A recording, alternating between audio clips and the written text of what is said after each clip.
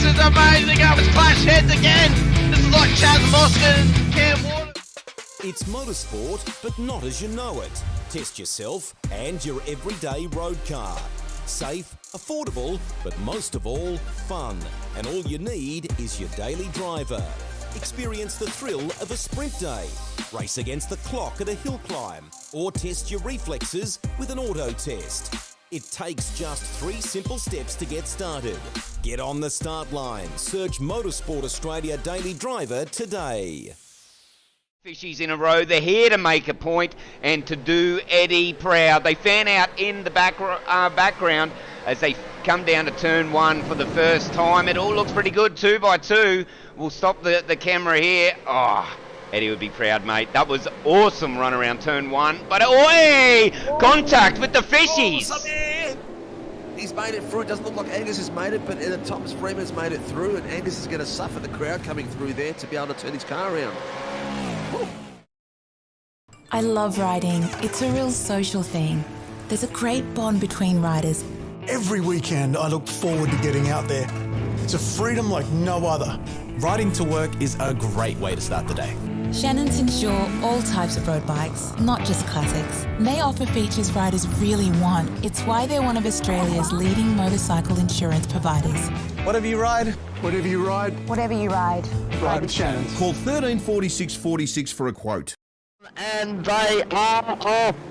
It was a good start from Dylan De Bono. I think Phil Vella got a great start there in the background as well. You can see already cars going 5, 6 wide as they're trying to find any semblance of space. They come into T1. So far we've got 2, 3 wide as they snake down. There's Michael Culture that's got around Dylan De Bono. A couple of cars going wide there. Was that a bit of contact in the back? Scott Pocock caught up in that, I think, there, buddy. But it's Michael Cullaghar's got past, so Dylan...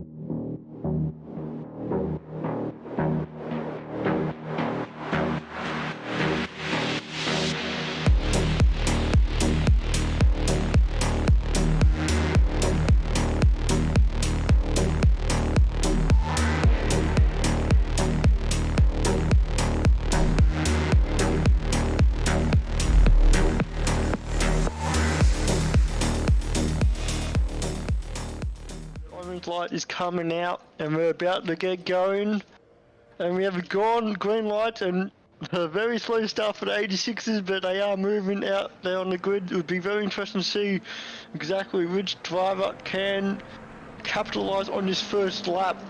Just go through the grid. Looks like Jamie Christensen had a really awesome start to get ahead of Dylan De Bono, and Doug Gowage also jumped his teammate as well, so unfortunately Dylan stalled the car a little bit more than what he preferred. But Weekend in, weekend out, Motorsport Australia officials are making waves. From waving flags, waving cars through pit lane, or responding to a wave for help. Wave hello to new lifelong friends. Who knows, you might just make waves around the world. Ride the first wave. Search Motorsport Australia officials today. Still great classes of car, and if you are able to, if you're coming up the ranks on iRacing through the licenses, it's a fantastic sort of laneway into prototype driving, going from that GT3 up through the prototype classes. As the safety car pulls in, we get ready to go green as we come up towards the line. Edwards, Hasler, who's going to get the jump down to turn 1, or will any of the fishies, any of the piranhas in behind them, assault them down towards green and they're off. First lap? Let's go here. We've always had a few cars. They're all special. The T-Bird. Oh, that's mine. The Combi for when we want to get away. The XR8. It's going to be a classic. They're all insured with Shannon's. We've also got Shannon's home and contents cover, which helps protect our automotive collectibles, tools and memorabilia in the home and garage. If you're motoring enthusiasts like us, it's got to be Shannon's. Shannon's, insurance for motoring enthusiasts. Call 134646 for a quote.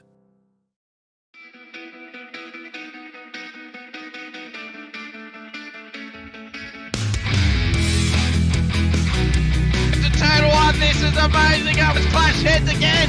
This is like Chaz Mostert and Cam Waters. Almost the same situation. Better contact going down the hill. Sam Noble wants to sniff on Dave Coleman now. Sam Noble bottle right now because tell you what, Bruce Tanek and Jamie Dyson just absolutely drove away from us. Hayden trying to go around the outside. This is where he could have just sent it up the inside, but he hasn't committed, which is fair enough. It's very scary out there, ladies and gentlemen. Let's see if we get a good run. God's just absolute thinker, but it is a really nice move. Blake Delaney had to move out of the way.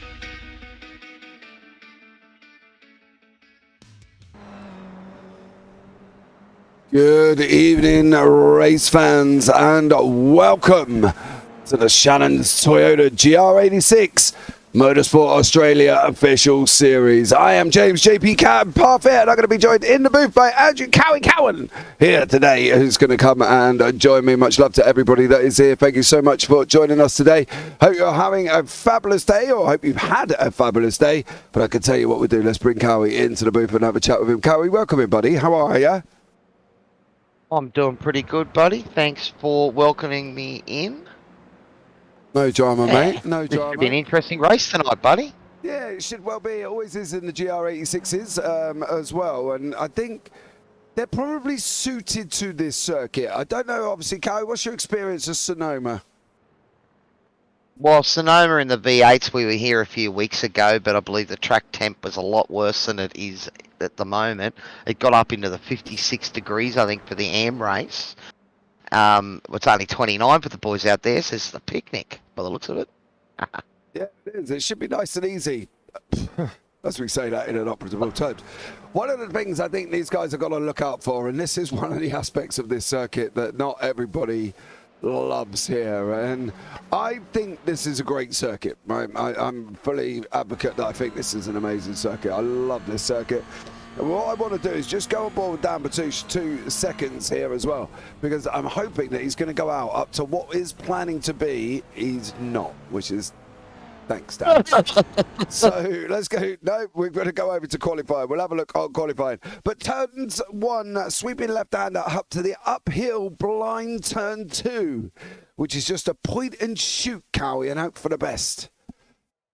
Look, it is quite a technical track, this place, because a little bit like Suzuka and several of the other sort of corners that got lots of little chicanes. It's a lot to do with where you position the car. You take the best line through, and you'll see here, try to get right over to the left so that you can sort of partially jump the curb there, because as you said, it's totally blind, but when you're coming up over that, if you carry too much speed through the first part, you can really run wide and you end up out in the dust. Yeah. That's the problem, and guys, there is a lot of dust. Welcome in, Anthony Carp off Facebook. Good morning, guys. Good morning, dear sir. Somebody that says good morning makes me think they're on the other side of the globe, dear sir. Let us know, Anthony, where you are from, and we'll give you a shout out here as well. As I'm in the, I would say, sunny world of Great Britain, but unfortunately, yeah, that's not the case, as we've got rain, surprisingly enough, again. And Cowie is in the nice hot part in Australia. Cowie, how is the weather over there at the moment? Yeah, look, it's up in Queensland at the moment, and it's been sort of 32, 33 Celsius. Still pretty humid at times. There's been a couple of days where it's been really dry, and then the rest of them, it's just been very heavy. So, but not like the balmy 31 out there on the track temp here for these boys. Come around to start their qualifying, but yeah, look, it's good to be able to communicate with people all over the world and have this passion of sim racing bring everyone together. Yeah, they definitely do, and there is a lot of people here today as well. It's going to be a great race. We've got Daniel Fritz, of course, here. Daniel Byrne is also here. Josh Houghton is here. Hopefully Josh's internet, and he's gone out and fed the roo this morning, but get it off through this broadcast. Doug Gowans is also here. Shane Ratcliffe is here as well, and Sam Katakazounis. Yes, nailed it. Is also here with Matt Feely as well. Stephanie Piccolo is new into the commentary world within SRWtv at the moment. She's been doing Friday's IMSA with Hamish as well. Been doing rather well. Tuned in the other day, so she's been doing awesome at that. But it's good for Stephanie to see both sides of the booth as such. We obviously with the roadside and on the track, and then obviously with us up here in the booth as well. It's great that they're bringing in new people to have a go at this wonderful world of commentary. We need it, and Stephanie did fill in for me last night with the F3s as well. I was unable to do the broadcast, so it's good to see, get some new voices in, get different perspective on the racing. Always sort of said to myself when I jumped into this, I'm just going to be Crompo, you know, try and do Crompo's role, talk about the car and what I know about driving it, but you've got to wear multiple hats, and I've got to get excited and jump up and down on the spot, much like you do yourself there, JP.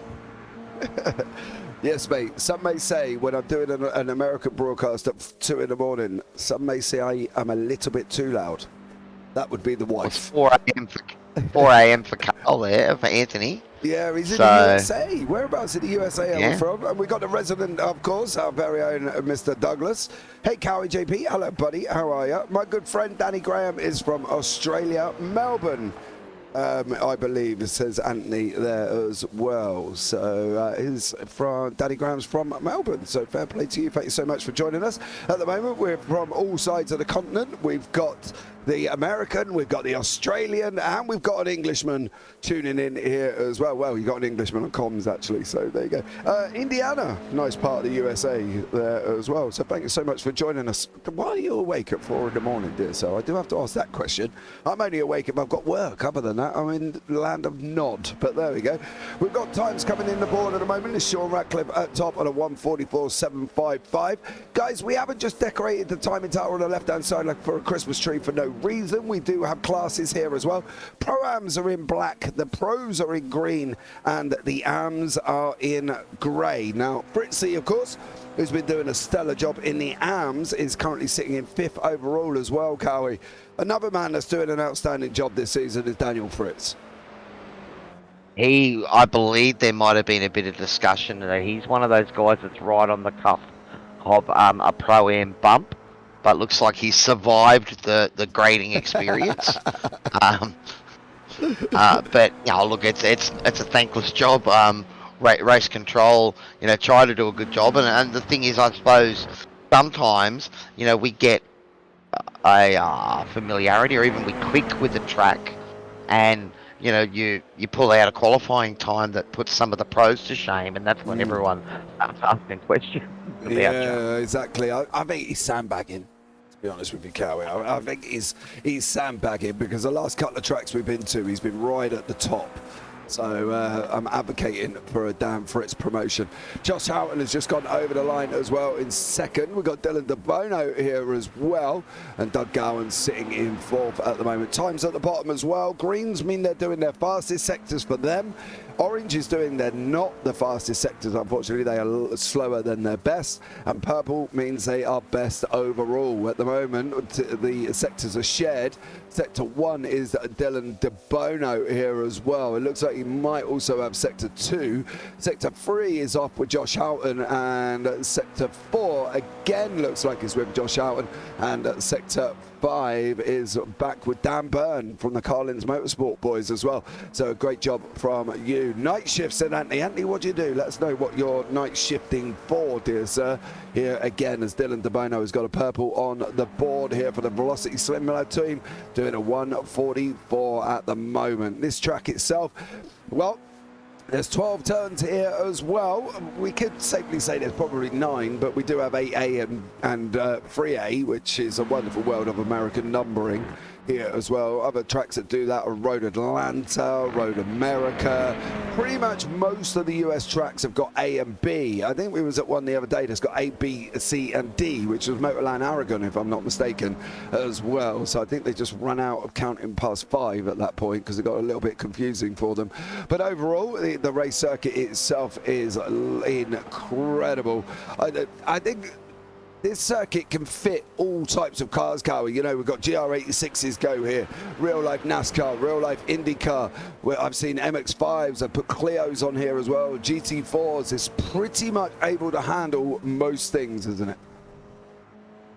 It is. It's not the widest of racetracks, but as I said, it's quite technical, and it doesn't take much to get it just a little bit long, a little bit wrong and long sometimes in the braking zone, and that runs wide. Can we just jump on board to Bono here for a minute? I just want to see what it's coming like over down the hill here. But in the supercar, you've got to really look after your acceleration because the car wants to slide out on you. Is he able to stay in it here? Yeah, not too bad. He hasn't had to lift really. He's gone up into fourth currently as well. So this is just checking the layout of which version this is, because believe it or not, this circuit has got quite a lot of different versions here. I think it's the Cup. I think this is the Cup layout. It looks the same one we were doing with the V8s. Yeah. So. But there are quite a lot of different layouts here on this circuit, of course, as well. Started in 1968. Originally was called Sears Point Raceway, 2.52 mile road racing course constructed on 720 acres by Marine County attorney Robert Marshall Jr. and land developed by Jim Coleman as well. So it's stooped in history here again as well. Anthony's a welder, so fair play to you. Ray Douglas, come on, Grandpa Gowans. A bit slower than what you're used to, but ring the thing out, old boy, there as well. Looks like the cup layout, it is, yeah. So great job from all of these guys as they continue to fight around here on this circuit. They say that, but you know, first and second are separated by 100ths, and it's only is it 2/10? No, what's that? Not buddy? even that. Back to Dylan DeBono. I mean, it's close again. You know, less than a tenth sort of separating these guys. I'll make it a little bit easier for you. So you got 9 thousandths of a second without and 200 with the saving Cowie doing maths in the evening. Can't be doing that, can we? You know what I mean? And 2 temps back to Gowans and 4 temps back to Byrne at the moment. 7 temps back to Batouche. We hit that second mark at Feely in 8th place there as well. And then it goes on from there. So great job here again as well. We've got Steven Sinkovic is here. He's in the AM fight, of course. He wants to make sure he was out on track today. That's why I've got the wonderful Cowie in with me. Let's bring you up the grid for what will be race 1. Shane Ratcliffe is on pole position with Josh Houghton in 2nd and Dylan DeBono in 3rd. Doug Gowans round out row 2 in 4th. Here in row 3 it's Daniel Byrne and Dan Batouche. In row 4 is Dan Fritz and Matt Feely. In row 5 is Cam Hardwick and Tim Cant. And in row 6 is Mark Cochran alongside Ryan Price. In row 7, Ty Delaney and Wayne Edwards. Row 8 is Marty Walker and John McHenry. Row 9 is the 17th place Sinkovic, which is Stephen there in 17th with Callum Heinrich. In row 10 is Phil Buckland and David Simmons. Row 11, currently down in 21st, is Vic Bensvalen. And then Greg Johnson, Stephanie Piccolo and Thomas Freeman round out the top 24. On from that one, currently at the moment here, we've got Sam Katagazunis in 25th, and then Wakefield and Soper rounding out the last cars on the track. So get ready for this one, guys. It's going to be absolutely amazing, I am sure. Are they all going to survive turn 1, Cowie? That would be the question. Look, I think that the V8s, we didn't get past an incident at T1. Look, we know that you know, you can't win the race in T1. You can certainly lose it, but the races at heart here means that they're still going to have a go at T1, regardless of what we say about it. Yeah, I fully agree. I think, personally, to be honest with you, Cowie, whatever we see up here in the booth doesn't always work. So, Anthony, again there, how do you think the rain coming will factor into this when it updates? Well, I'm hoping, first off, as well, partly for me, because I got a broadcast on that Wednesday evening, I'm hoping that the update gets done. I've got a funny feeling it's going to be massive. So I'm not holding my breath to get to my broadcaster. We have warned everyone that it might not happen due to the length of the update. So we're hoping that it does, but there's no guarantees. How will it factor into this? Well, depends on if eventually we get it across all cars. Obviously, we're up to a certain standard at the moment. GTPs, GT3s, Formula 4s, F4s have got it as well. Some of the others haven't. And these guys. Have these got it as well? These guys have GR86? Well, yeah, mate. Yeah, GR86 has got it as well. So will we see rain in the last couple of rounds, though, Cowie? That's going to be an interesting one. Well, that's what Anthony's, maybe seeing how it factors in. Perhaps it. I don't know if they've had that discussion with the drivers this season, or if they're going to, keep it a secret. We'll have to find out, I suppose. Oh, they can't keep it a secret. That would be rubbish if they do that as well. So we've got Sebring, Phillip Island, Fuji and Magny-Cours. Well, we're going to France. It's got to rain in France. It always rains in France along with the UK. So let's have Magny-Cours in the rain as well. Phillip Island can't really have an Australian track in rain because they don't really have it. Now, don't even, can't really do that. Oh, it rains at the top of Bathurst sometimes, and when it's still dry at the bottom. Yeah. That's going to be interesting when iRacing starts doing that sort of thing. Oh, I'd love to have a multi-rain circuit. Spa's got his own climate. Can you imagine that? Rain on one side, dry on the other. Oh, what an evening that will be. I feel this type of racing, you want to be there at the end, like an endurance type racing. Well, they've got 3 rounds to deal with, Anthony, here as well. Free 20 minutes. Heat 1 is grid set by quali. Heat 2 will be an invert top 10, and Heat 3 will be an invert top 5, so we'll keep an eye out for that one. Not too sure we're going to get Thomas Freeman, Sam Katkazunis here on track. The lights are out. Ratcliffe leads us away as we go into a big puff of smoke here as well. And guys, ladies and gentlemen, we are green with Ratcliffe on the right-hand side there as well. Harram coming up. Is he going to try and take him on the outside of turn 1? It will be a very brave man to try and do that one. Further back, De Bono, Gowans, Burnham, Batouche battling out 2B2 here on that run through turn 2, through turn 3, the left-hander now as well. Ratcliffe's holding on. Now behind that, De Bono is trying to break away. He's trying to get onto the back of Howe, and Ratcliffe's gone a little bit wide. He's got to be a little bit more careful than that. He cannot be going wide on this circuit. He's got to hang on. He is hanging on to the lead as well. You can see further back, about 4 or 5 cars back. I believe that's Matt Feely taking a little trip on the outside there as well, as these guys go rushing into turn 6 here, Cowie. But at the moment, apart from Kevin Wakefield, it looks like Steve Sinkovich as well. Everybody else has got through cleanly. Yeah, it cost him about 3 spots. I think that Feely just putting those tyres on the grass there running a little bit wider just meant he couldn't carry as much speed, and everyone else just swept around him as the cars finally sort of file into a single big double apex there. And was that Horton blinking, but he's also run a bit deep as well. But he's got to run back on De Bono, so let's see if he fights it straight back. It's hard to pass through this section, and if the car in front makes a little mistake, there's nowhere for you to go, so you've almost sort of got to get out of it and sit behind them when they make that mistake too. So, but he's going to have to watch that blinking, because that may well be an issue that race control will talk to him about. The problem is he had that the other day as well, if I'm not mistaken, and it did cost him, because they did call him into the pits and say, Josh, no. Not cope with this, sort it out.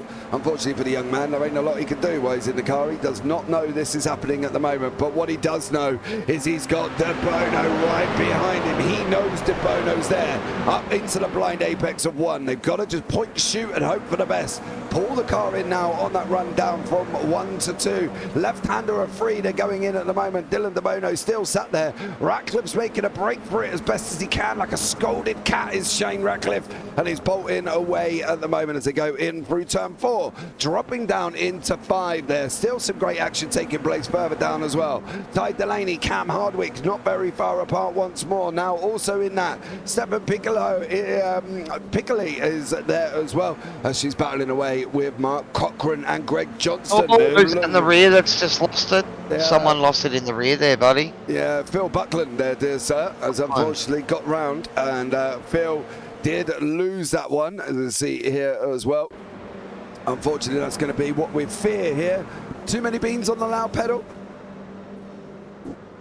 Yeah, just trying to carry a bit too much speed. The rear of the car starts to go, and sometimes, you know, it can be hard to feel where that brake point is, and once it goes, it's almost impossible to catch. Yeah, that definitely is true here as well, and that is the case for Phil Buckland up front, Shane Ratcliffe, Josh Houghton, Dylan DeBono, Gowans, they're coming in now as well. Houghton's trying to go around the outside of turn 11. That's going to open up the inside door for Dylan DeBono. They're going to be on a straight drag race. He's disappearing again, Josh. Come on, go out and feed the Roo, buddy. You need to give him some more. You didn't give him enough food to keep that internet going in that back garden, but he's trying his hardest here. He's holding on the position. They're coming up almost side by side now into turn 1, and DeBono does slot in behind Houghton, and that internet though, buddy, he needs to be careful.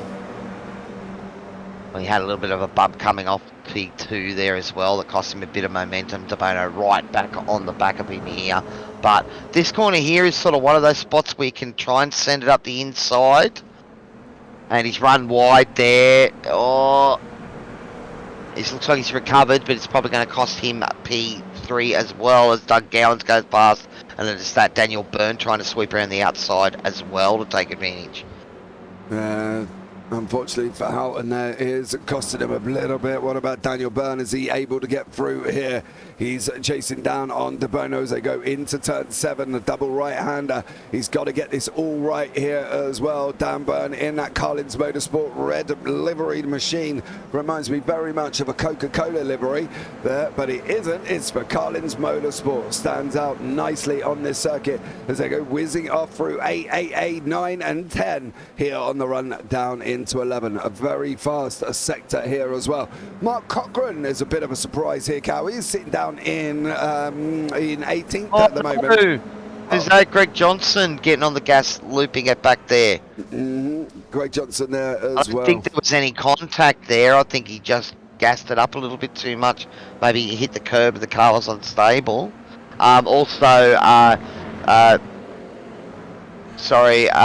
Josh Horton had been told by race control he had to come in and fix his internet. He couldn't stay out there blinking like he was. And it looks like he's full. And that was a great move there. Look at this battle. Oh, dude. Cochran nearly ended up in the wall. Singovic just squeezed him enough. He gave Cochran a thought process.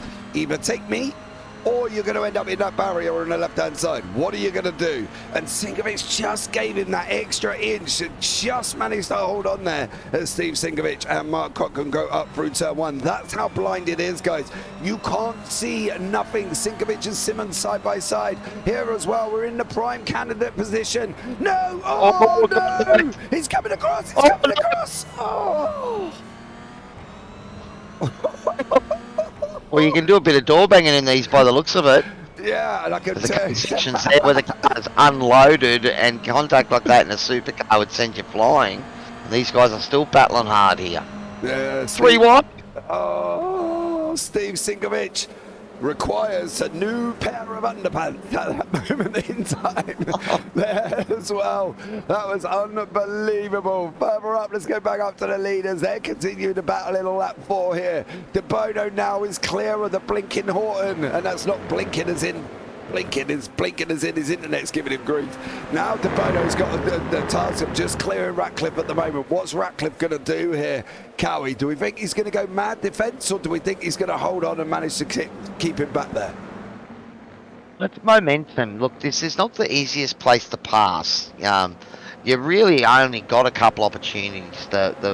The hairpin there at the end is probably the best opportunity. But coming up through here, you know, it's really hard to position yourself to be able to make a move. Coming down, what's it, T2, maybe 3, 4, 5. Down the hill, so not this section here, but when they come up over the hill, that's probably the other big passing opportunity. So down into this corner here. Apart from those two places, the racing line is pretty tight around here, and running offline, you're going to be giving up quite a bit of speed and momentum. We'll have to see if the toe maybe becomes a bit of a factor through here.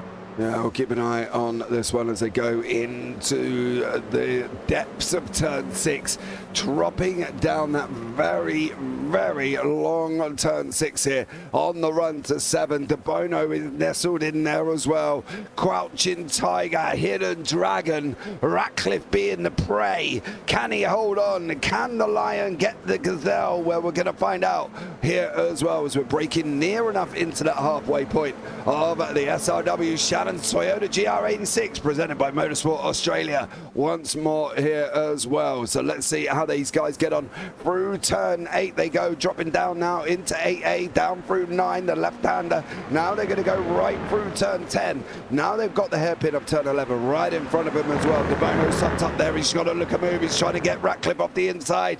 De Bono does. Is he going to get it stopped? Is he going to get it stopped? He is. Gowans is trying to come through as well there as well. Oh, Grandpa himself is still sitting back here in third place. Well, Ratcliffe was breaking just a bit earlier there, or De Bono went really deep and was able to keep that from locking up. But a great move there, and now Doug Gowans on the back of this battle, so he'll be keeping an eye on Ratcliffe and De Bono here. A little bit of contact, and you know, he's got to be Johnny on the spot. He definitely has there as well. That's one way of putting it. Got to be Johnny on the spot. He's got to be there when the opportunity arises. The question is when and how will it arise here? Will it actually become his chance? Can Ratcliffe make the move? Well, that's going to be the thing. And here, can he hold back? Currently at the moment, Gowans, can he clear De Bono at the same time? Difficult situation here as well, though, Cowie. You don't always look back, but when you're in that middle car, you've got to kind of look back and in front of you at the same time here. How's that going to be for that driving? Because he's going to be mirror driving his head off at the moment. Well, Bernard Bartosz are certainly up there in his mirrors. Double apex corner here, so you think you can sort of get the car up the outside, up the inside there, but it doesn't really work, and you can cause a lot of contact. So through here, able to keep the acceleration up and use all the curbs. You can see if you make a little mistake through there's just no other line, so all it does is really bunch up all the cars. But down here into the hairpin, this is the biggest move, a spot for a move on the circuit, and we'll see Ratcliffe close right in on De Bono. You get that concertina effect being such a slow corner, but it's one of those corners that, as a driver, it gives you hope every lap because you see yourself getting closer and closer. The problem is, though, while, you know, Chin's one thing, passing's another. That's what we've always said before. We've got Cochrane is going at it with Mr. Sinkovic here.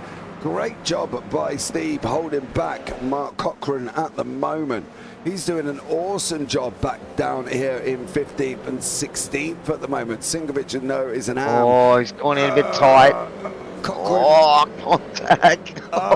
Cochrane the pro there as well. Down the middle there, guys, on the left-hand side, you can see the start of the drag strip here at Sonoma. You can see it just running up all the way past turn 1, and it stops at the end on the left-hand side there. So Sonoma has got a drag strip there as well. Not entirely sure if it gets used anymore in real life. I'd have to do a little bit of research on that one as we check out Gowans fighting away here with Ratcliffe. So some great action from these guys as well.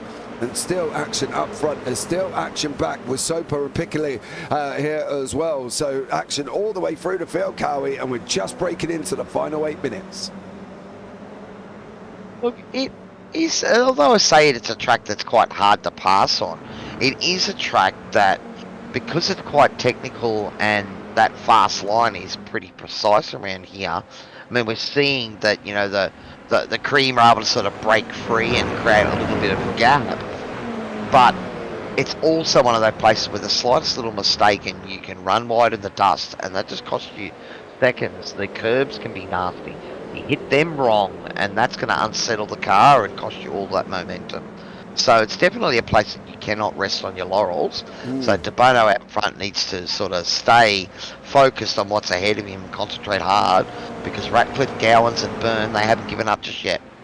Yeah, they're definitely not. Have you ever heard of a racing driver listen to the words that says quit? Well, I haven't, and I can tell you that much. It doesn't happen. Piccoli here, unfortunately, he's just gone off the side of the circuit. Just lost that position to Soper and Feely here. McHenry battling it out. He's got Wayne Edwards tucked up right behind him as well. Edwards there in the, what colour is that? That's gold, I think. Gold and black car with McHenry in, as Steve says, that poo-coloured car there as well in front. So McHenry from the Locked On Racing Boys once more out on track doing an absolutely stellar job. Matt Feely is here at the moment. He is behind Brendan Soper as these guys are battling it out for 17th and 18th place, carrying still action all the way throughout the field. Here is their group situation at the moment. De Bono leading the pros with Gowans behind him. Ratcliffe leading the pro-ams, of course, and he's sitting in second overall with Hardwick there behind him, Patouche. Then in the AMs, it's Fritzy again with a 32-second gap. Promotion for Fritzy at the end of the GR86 here at Sonoma. I can imagine you message me after and go, James, please don't do that. Please, please, please, please. JP, don't. Oh, dear He's me. certainly having a great run of it so far, Fritzy, and it's awesome seeing him out there. Feely's down 10 spots, so he's trying to recover here at the moment. Soper doing a great job of holding him back there. But I think, you know, he had that, ran wide there at, was it on the first lap, but I think he must have had another moment because he lost a few spots then, but certainly not 10. But now trying to make his way back through the field and get a better position for race number 2. Remember, it is that top 10 reverse grid. Have a look at the name that's currently sitting in 10th at the moment, Ty Delaney. So maybe learning from some of the Fishy Motorsports best and fairest. If you can't be near the front of the grid, make sure you're in P10 or up for the second race. Yeah, definitely as well. I'd just like to point out, I was just doing a little bit of track record research here. They do have the NHRA, which is the drag racing for pro stock motorcycles, Top Fuel and Funny Car. Now, I'm trying to see if they've got any events coming up for that one here at Sonoma as well, because obviously if you are around this area, there are Sonoma Drags on Wednesday, May the 1st, 2024. Or you've got April the 10th for the Sonoma Drags as well. So you can go and check out some drag racing. It is still in use. So there we go. The drag racing is still in use. So you can go and check that out once more. So a nice settling down here as well. And some of these guys still racing for their heart content with Ratcliffe, De Bono and Gowans doing the job here. Well, at the moment, Dylan's doing a good job of sort of just maintaining a gap of around about sort of a second or just under. Ratcliffe and Gowans, I don't know if they're necessarily just falling in. I'm sure that these guys are pushing as hard as they can, but at the moment, it is De Bono setting the pace, and he's just keeping that gap at the moment, and the cars behind aren't able to make any headway. Yeah, they're just not being able to get through here as well. Wayne Edwards is locked in with McHenry by the looks of it, a little bit further down the order. Wayne Edwards sitting down in 13th overall. There's McHenry right behind him here as they go on board with McHenry. Edwards now behind. McHenry's gone up the inside. Now Edwards here is fighting it again on that run through turn 12. We're going to go up the hill into turn 1. We'll stay on board with Edwards here because I want to show you that drop down through turn 6. It is very, very scary. We're going to blind apex, trying to point it in, pick a point on the scenery if you can. Generally, there's a little hut on the left-hand side that you can aim your car at, and hopefully it's the right place to be aiming, to be honest, because it generally does work okay. Dropping down the hill through 4 and 5 now. Down through the right-hander we go. Now into 5. We're going to be looping back up the hill again. The undulation here at Sonoma is absolutely incredible. Now we're going to plummet. This is where we're on that roller coaster as we drop straight down the hill. We're continually to drop. We're dropping and we're dropping, and now we're on the gas again as we go running out of 6 out of 7. A lot of up and down here as well, Kawi. I think that's the thing with this circuit. It's got a bit of everything. Oh, you gotta love tracks that have got those gradient changes where you're coming up over hills, blind corners. I mean, it just adds to the character of a racetrack. And, you know, as I said, you know, it can be quite technical, this place, but it's also a track that you can easily get into the flow. Now, certain tracks that are technical in nature, it becomes about that flow, and I suppose you try to become one with the track. If you can become a Zen driver, then you're going to get the most out of it here. A Zen driver. Yeah. I tried doing that in my Craftsman's truck race I did last night as well. I thought I'm going to become one with the circuit. Well, I definitely did become one with the circuit. The wall joined me quite hard as well after being, how can I put it? Ceremoniously hit into, shall we say, that led to about an 8-car pile-up of me ramming my truck into the wall. And let's just say on that one, I did make my own aerodynamics with having no front end, Cowie. I will say, however, a truck does not go fast with no front end on it. Yes, well, we're talking about Zen drivers here. I know you normally close your eyes with meditation, but it's probably not a good thing when you're trying to race around a great racetrack like Sonoma. Yeah, absolutely as well. And we're coming into the last 18 minutes. Are we going to make that one more lap? It's going to be close here as well. From De Bono's point of view, I bet he's wishing there ain't going to be, but he is not going to be able to make these last 2 sectors last a minute before he even thinks about it. I think he's going to have one more. We're going to have Barney, the strongest right arm in iRacing, waving here as well. Coming into the final corner now, on board with Dylan De Bono. Look out for the man waving the white flag. He's going to be on the left-hand side, just round the corner here will be Barney as well, and there he is sitting on his perch waving frantically. We're going to have one more. De Bono's got to go one more here as well. McHenry's got to go one more, but he's got one more opportunity with Edwards here as well. Marty Walker has had an incident there as well. It looks like McHenry might have also had a little bit of a moment here as well. Cowie not doing a great job here, unfortunately. McHenry was in that battle, of course. So let's see what has happened here with McHenry and Walker. Just contact. Oh no. That has put the end to that one there, bud, as well. But yeah, we're back live action now as well. We'll keep going once more as we've got this final lap of the race. It is looking dead set here. Dylan De Bono looking like he's going to take the win.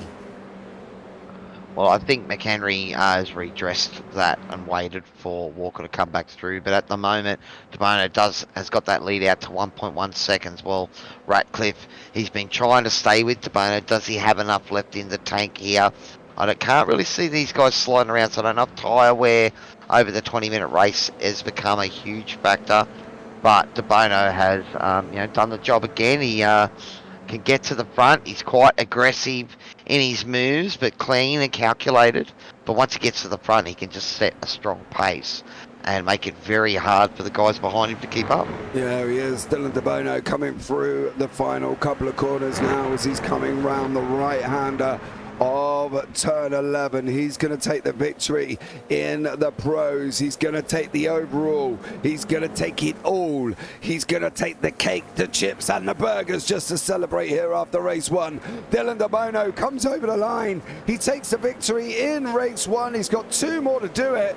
Dylan De Bono takes that win here as well. What's going on with Marty Walker and McHenry? Well, this is what is going on as well. And they're still battling now on that run through 8, and 9 here on the last few little bits of rundown. Marty Walker, he has not got long. McHenry's just got to hold on for one more corner.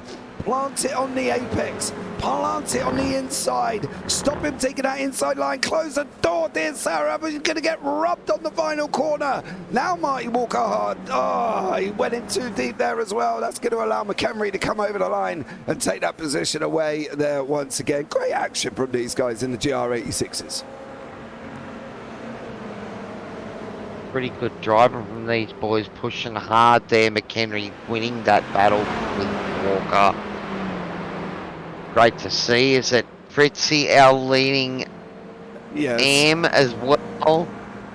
Fritzy for do we need to check to make sure if he's still in the AMs, or has he been kicked up to Pro AMs already? No, not as far as I'm aware.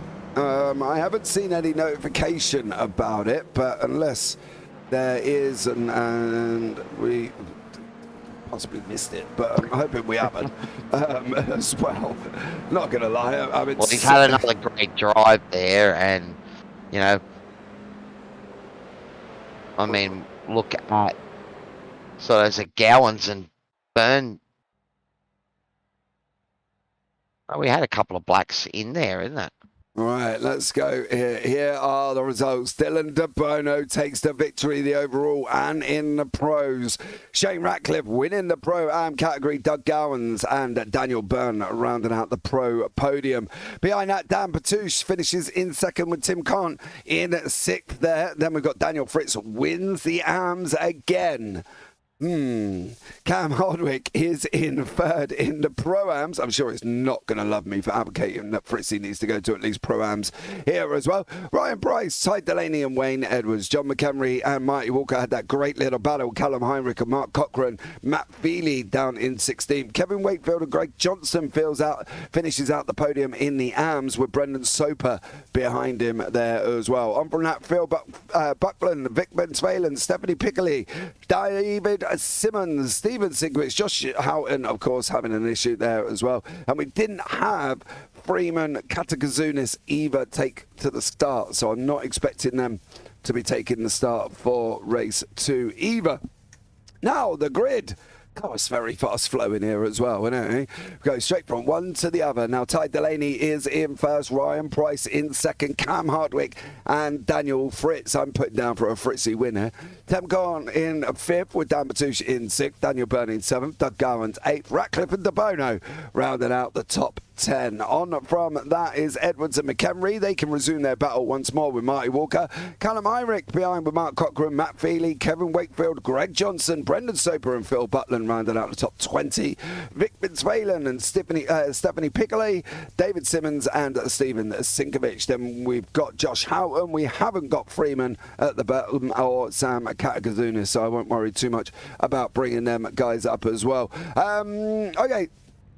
Now we're going into a top 10 reverse, Cowie. What do we think is dramatically going to happen here? Well, you've got fast guys behind guys that aren't quite as fast, so it always does create exciting racing. I'm having a look at the standings here for round 4, and Daniel Fritz is currently leading the Pro-Am classification. Alright, so him and Mark Cochran and Matt Feely are the 3 Pro-Ams, first, second and third at the moment. The leading AM car in the championship so you're saying Mr. Dean Sinkovich. So Fritzy's gone to Pro-Am, are we sure? Pro-Am. We're definitely and he's sure. leading well, it says he's leading the standings in the Pro-Am field. His name's right at the top, and Dean Sinkovich is our leading AM ahead of Brendan Soper and Greg Johnson. Right, I've just changed that then as well. So he is at Pro-Am there. Ray Douglas, come on, Grandpa, hit the nitrous oxide button, he says, in the last race, of course, there as well. Danny Graham, do you race this class? Anthony says, not yet, waiting on new sim equipment. Haven't been able to run dirt lately. Wheel gave out. Yeah, wheels gave out, unfortunately, there as well. Happens to me pretty much in the trucks, my wheel gives out, generally on and over when somebody's torpedoing me off. 4, 5, and now race 2 is alive, and we are green with Ty Delaney. Look at Pricey. Go on there, son. He literally hooked that up like a fish in the water there as well. Did Ryan Price, and he hurls up through turn 1 once again here. Now they've got the right-hander, the blind right-hander. They're side by side, 4 cars back. That is Cam Hardwick, Dan Patouche, Dan Byrne, Tim Kahn, and Grandpa Gowans is in there as well. De Bono up 1 place, Ratcliffe down 1, as them guys battling it out as well. But at the moment, Ryan Price, God blimey, Cowie, he hooked it up, he got it off the line, and he went like a rocket. He'd get a good start. I think it was also that Tim Court got a really good jump there, but had nowhere to go, so he's still in 7th, I think. But yeah, he got a great start, but unfortunately nowhere to go as we sort of come down the sweeper. Unlike race number 1, buddy, they're single file already. Yeah, Pricey went off the side of the circuit, so did Cam Hardwick there coming out of turn 6. They did take to the grass. That's brought everybody in. You can see Hardwick and Batouche going side by side. Don't leave the door open because the man from Carlin's in Dan Byrne will not think twice about taking that position away. I can tell you that one. Matt Feely, Callum Heinrich, Kevin Wakefield, Brandon Soper going at each other once again here. This is the Locked On Racing Heinrich with Matt Feely from the Chris Cross Racing team side by side at the moment. But let's go back up front as we're going to end the red lap 1, and Ryan Price, Ty Delaney and Dan Fritz, you're front three at the moment. I can see a Fritzy win. I really can this time. Oh, nice move up the inside, Fritzy on Ty Delaney there. So can he get the power down? See the car wiggle there a little bit as he stamped on it. So far Ty's going to hold the run up the inside, but if Fritzy can stay level around the outside, he will have the honours for the next corner. It's all about this next one here. And Fritzy has to slot in behind. So a good run from Ty there. So you can see that even though you can get up the inside at that final turn, you know, you've got to make sure it stick. And you can see that Delaney was able to keep the power in and ultimately, you know, carry a little bit more speed and hold that spot. Yeah, definitely there as well as they're coming through turn 4, dropping down the hill into 5. Tim Kant has a little bit of a moment further back. Dan Batouche is side by side with Cam Hardwick through turn 6. Buckland and Bensvalen has also had an issue. They're running side by side. Byrne's going to stick his nose up the inside here as well. Dan Byrne over Cam Hardwick. What's going to happen with these guys? Well, I can tell you they're going to be running side by side down through turn 7. Now we've got the right-hander. He goes there. Fritzy's trying to go up the inside further up. Byrne's trying to go around the outside. We've got an inside-outside swap. Byrne makes his. Fritzy did not make his. Delaney hung on there as well. Now up through turns 8 and 8A once again, and at the moment Ryan Price, the scolded cat, the deer in headlights, he has absolutely bolted and is away and clear. But what is Daniel Fritz looking at the moment? Well, he's looking at the back end of Ty Delaney from the Fishy Motorsport team. Well, as long as these boys are fighting, that will give Price the chance to try and put in some good laps and check out. But if these guys just get in behind and sit in behind each other for a couple of laps and don't attack each other, well, they'll be right back up in the back of Pricey, because a pack tends to be faster around here, but only when that pack's working together. Yeah, only if you are working together, and that doesn't happen very often here. We don't generally see, unless they're from the same team, of course, and that was with Gallo and Byrne in the Carlin Motorsport working together. But at the moment, we haven't got anybody on the same team apart from Ratcliffe, and unfortunately, he's dropping back from De Bono, who's further up the line. He's chasing down Byrne. Byrne's chasing down Batouche. De Bono said, That was a little bit hard there. Byrne's going to give it to him back though. They're going to go side by side. It is De Bono by a nose here as well. Byrne's going to have the inside on the plummet down 6. Ratcliffe's going to take it as well. Byrne opens up the steering. De Bono's going to have nowhere to go. He's got to be careful because Byrne can open it up and just push him out a little bit further. But he does manage to hold it on through turn 6, coming into turn 7 now as well. Ratcliffe giving De Bono all sorts of grief. De Bono trying to come through Byrne. Byrne's not going to be easy there as well. He's kind of the immovable object, the unstoppable force when Dan Byrne gets going. But now he has got De Bono. De Bono is sitting here on the weave through turn 7 and 8. Now we're going to go to the right-hander as well here, Cowie. De Bono doing a great job chasing down Byrne. Oh, as I say that, he's into the gravel. Completely blind coming over the top there, carried a lot of speed, but yeah, when you're right up the backside of another car, really hard to see where the track's going.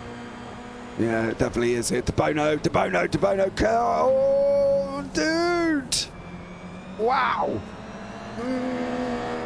Oh, there's a tiny little bit of room there. I thought the tyre was going to claim a victim.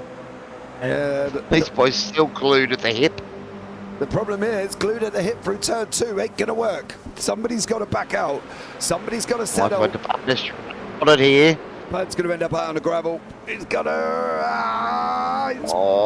good driving from the two of them. Just giving each other just enough room. And see, that battle was going for like near on a whole lap. and still couldn't get it done to Bono. He tried his hardest to. And here we go. That's where he started at last lap. Yeah, he did, but he's pushed Byrne out onto the gravel this time. Ratcliffe's not really sure to go. Side by side again, we're practically at a lap. Give or take a few yards as they're side by side. Byrne slots in. He takes the front now. The problem is the Bono's doing the same thing over Byrne every single lap. And Byrne kind of, for me, is just not learning to cover the inside. Every opportunity that the Bono gets, he is sending it. Like now, he's going to go. And again, it's not covered. What, you know, either cover him off or stop him. He's done the same thing 2 laps in a row, you know. Come on, you can do this. He's still in front though, so whatever he's doing is working. Oh, I'm not saying he's not in front. I mean, I'm not saying he's not in front, but he's just not defensive. Do you know what I mean? It's only the fact that Bono can't get it stopped. It may also, taking a defensive line may also mean that it slows both of them down, and it gives Bartusz a chance to sort of skip clear of Byrne. I mean, ultimately what Byrne wants to do is he wants to get ahead of Bartusz and let Bartusz deal with the Bono. Daniel Byrne was a lot more defensive that time around now. Managed to hold on the inside into 11. 7 minutes down, 13 to go. Who's going to get this? The man on pole at the moment is Dan Byrne. If he can hold on to this 5th place, I tell you what, by the time he's coming out of this, if he ain't at least 3 to 4, 5 stone easier on weight there, because he would have been sweating. De Bono now looks like he's getting it all a little bit wrong here. Ratcliffe's is closing in again. We got Gowans into the pits. Why do we have Gowans into the pits there, Cowie? Any ideas on that one? Through. Yeah, he's had a drive-through penalty. I think he had contact earlier on in the race. Also, Philip Buckland has been given a black flag by race control as well. So, unfortunately, the Grandpa's going to have to do it from the back for race number 3, because he's going to be put right to the back here after a drive-through. Yeah, he is at the moment. We got Dan Byrne still scrapping it in that middle. Ty Delaney, Dan Bartusz now as well. Delaney's on the inside in the 007 car once more. He's trying to hold it. Byrne's trying to go round. He wants to get away from De Bono. He's sitting there saying, right, mate, you can crack on with him because he's doing my nutting. And unfortunately for Byrne, guess where De Bono is? Right behind him. Ratcliffe's coming through as well. There's still some great action taking place here, Cowie. Some great fighting going on once more, and you can see it's Price, Fritz and Bartusz in the Prayer Arms leading the way there with Byrne and De Bono. Well, they've been going at it for the whole entire race. I just got a poor exit for that down that back straight. He got caught on, you know, outside the line, and I don't know if he initially went to let De Bono through, but basically the 3 other cars behind him decided that was enough of an open door, and they ran past as well. So we've got Fritzy battling it out with the lead here with Ryan Price. Is Fritz, is he going to take that position? Well, we're going to find out. He's going up the inside of 1. I put it down for a Fritzy win. 9 minutes on the clock, breaking into the final half here of this race at Sonoma. Around the left-hander of turn 3. Now through the right-hander of 3A and 3B. Down through 4 we're going to go. And at the moment, Fritzy has got the lead here. You can see on the left-hand side. Fritzy's got it wrong. Bartusz and Price driving through. De Bono's got the same thing that happened to Ty Delaney. Just get a poor no contact with that. Great save. Unbelievable save there from Radcliffe. That looked like he was going for all money. Yeah, definitely. It looked like he was off into the world of the upside down there as well. But now Byrne's going to go through. De Bono's made it into 3rd. They've kind of lost time doing what they were just doing the last lap. Now De Bono is going for the win. He's coming from 10th to 1st. And he's got still half the race to go here, Cowie. I would not put it past Dylan De Bono whatsoever to take that 1st spot. Well, he's certainly enjoying himself out there, racing hard and close with the boys. I know that sort of back when we first started SRW, Dylan had similar issue that Horton's had tonight with internet issues, but he's since cleaned that right up, and it enables him to just race close and race hard and not have that to worry. You can see, was that Bartusz? Oh no, Price and Bartusz have had contact. They've had contact on the straight. Oh, no. I think it might be broken cars. We may well see a safety car here. But Down Batouche there. oh, just a tiny little tap. Yeah, and into the wall, them guys go. And unfortunately, that is it. Dylan De Bono now out in the lead. Dan Byrne in second. Ratcliffe in third. Fritzy's now in fourth. He held the lead for about 2 corners. Then, unfortunately, it did not go well. We still haven't got that safety car that we thought might have happened with them guys sat on the straightaway. But then not at the moment. Called it, buddy. Safety car has been called. Well, there we go. Safety car is out here once more. And we are under safety car once again. Dylan De Bono been fighting all of that time and then ends up with a safety car. Well, I mean, he's done what he needed to do. He could have easily got caught up in that mess there, but gave both Price and Bartush plenty of berth there. When it happened, he had space, so these guys here, well, we know fuel's not going to be an issue, so it's all about, you know, keeping those tyres in a window. You see here, he's still pushing until he catches up to the safety car. But hopefully, it's only going to be a lap or so behind the safety car so we can get back green racing, because we've only got about, what, 7 or 8 minutes of this motor race left. Yeah, we haven't got long left at all there. Don't forget, guys, if you are watching, like, subscribe, turn on the bells, and do all that other fancy jazz that you can do for completely free here on YouTube. Racing 6 nights a week here on the SRWtv. We've got myself and Cowie on a Monday, and we were on the Formula Vs this week. Then you got the F3s. Now, no, hold on. Am I going to get this right? We've got Formula V's on Monday. We've got Supercars, V8 Supercars on Tuesday. F3's on Wednesday. GR86 is on Thursday. IMSA on Friday. And what's on Saturday, Cowie? We have a night off, I believe. Okay. I'm Muso, so I'm normally out gigging on a Saturday night, but I believe it's the night off of racing. I think a few of the boys still get together and have a muck around and stuff like that. So sometimes there's some informal races on the Saturday night, but you've got the V8 Pro on Sunday, Pro Am on the Sunday. Yeah. That you know, to sort of finish off the week. It's, you know, works great with the AMs on the Tuesday night where we get to have a little run of the track. So, you know, I'll be able to come into this Sunday's race with a bit of knowledge of what happened on Tuesday night. Well, let's see. You can check out Cowie as we well. need every edge we can, mate, to keep up with these pros. And the Yeah. V8s, that gap, between the fast guys and us average people. Yeah, I was watching the other night. I was watching you the other night, Cowie. You know what I mean? While I was sat here doing my work, I was tuning in to see what was going on with our very own Cowie here as well in the supercars. So, yeah, some great action taking place. Missed out tonight, back into it soon. Yeah, I was surprised though, Sam, because you joined the practice session. So I thought you might have been out on a racetrack there as well after joining the practice session, but I guess you just had an issue. Did you, Sam, in general? Let us know what the situation was. Real life generally can get in the way sometimes, JP, unfortunately. Mate, I found that out, didn't I, on Monday? So.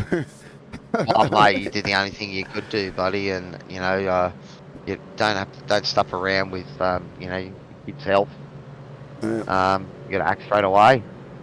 Absolutely there as well. So that, you know, if you were around Monday, you did see me, unfortunately, and the broadcast very, very early due to me having a very sick young man in my household. But he, touch wood, he's all up right now, and he's got his medicine, and he's on his way, and he's feeling better finally there as well. So yeah, much love to my little boy. Is pulling away, buddy. It's great to hear that your son is doing heaps better.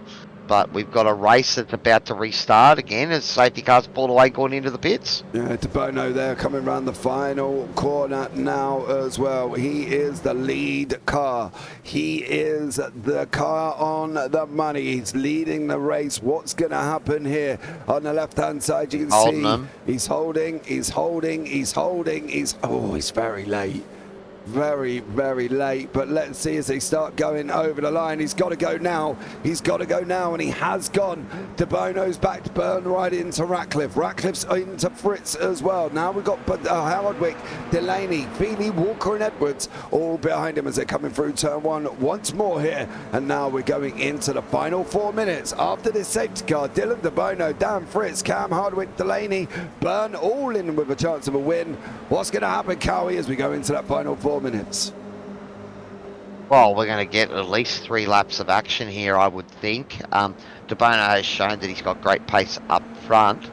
Byrne has managed to get in front of Ratcliffe there as well, so Ratcliffe, unfortunately, there was contact between the two of them.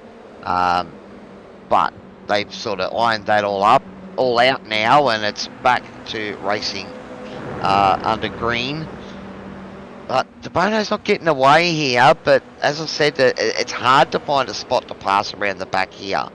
Yeah, it is. There's not many places. You've got to get out of turn 7 on the money here to be able to get up between 8 and 8A through the S's section again here before we go down into turn 11. It's going to be tough for Dan Byrne. He's got to try and even tuck it up the inside going into 11 if he can here, Cowie, or he's just got to sit back and wait. But then again, if he sits back and wait, we're going to be starting that process all over again, aren't we? So it's going to be tough. He's looking for the big deep dive here. De Bono carrying speed as well, but this is where the move is going to be made. You can see that he had to think about it. De Bono sort of half shut the door, but didn't. So maybe just a little bit of a feint there from Byrne. He'll follow in another lap and see if he can set that up again next lap. Yeah, we've only got this one and one more, I think, by my calculations to go. What's going to happen with Dan Byrne? We go on board with the Collins Motorsport 808 machine now as well. He's looking up the inside. De Bono's looking a little bit raggedy through turn 1 and 2. Now they're coming through to the left-hander of 3. Byrne still tucked in behind him, a different line. De Bono goes out a little bit deeper. He takes a little bit more curb. Oh, Byrne tried the curb run.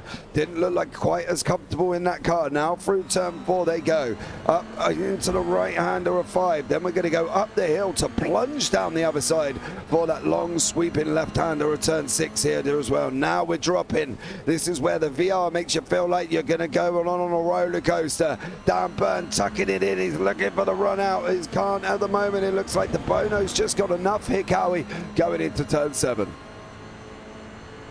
We saw that Byrne was strong around this back section last lap.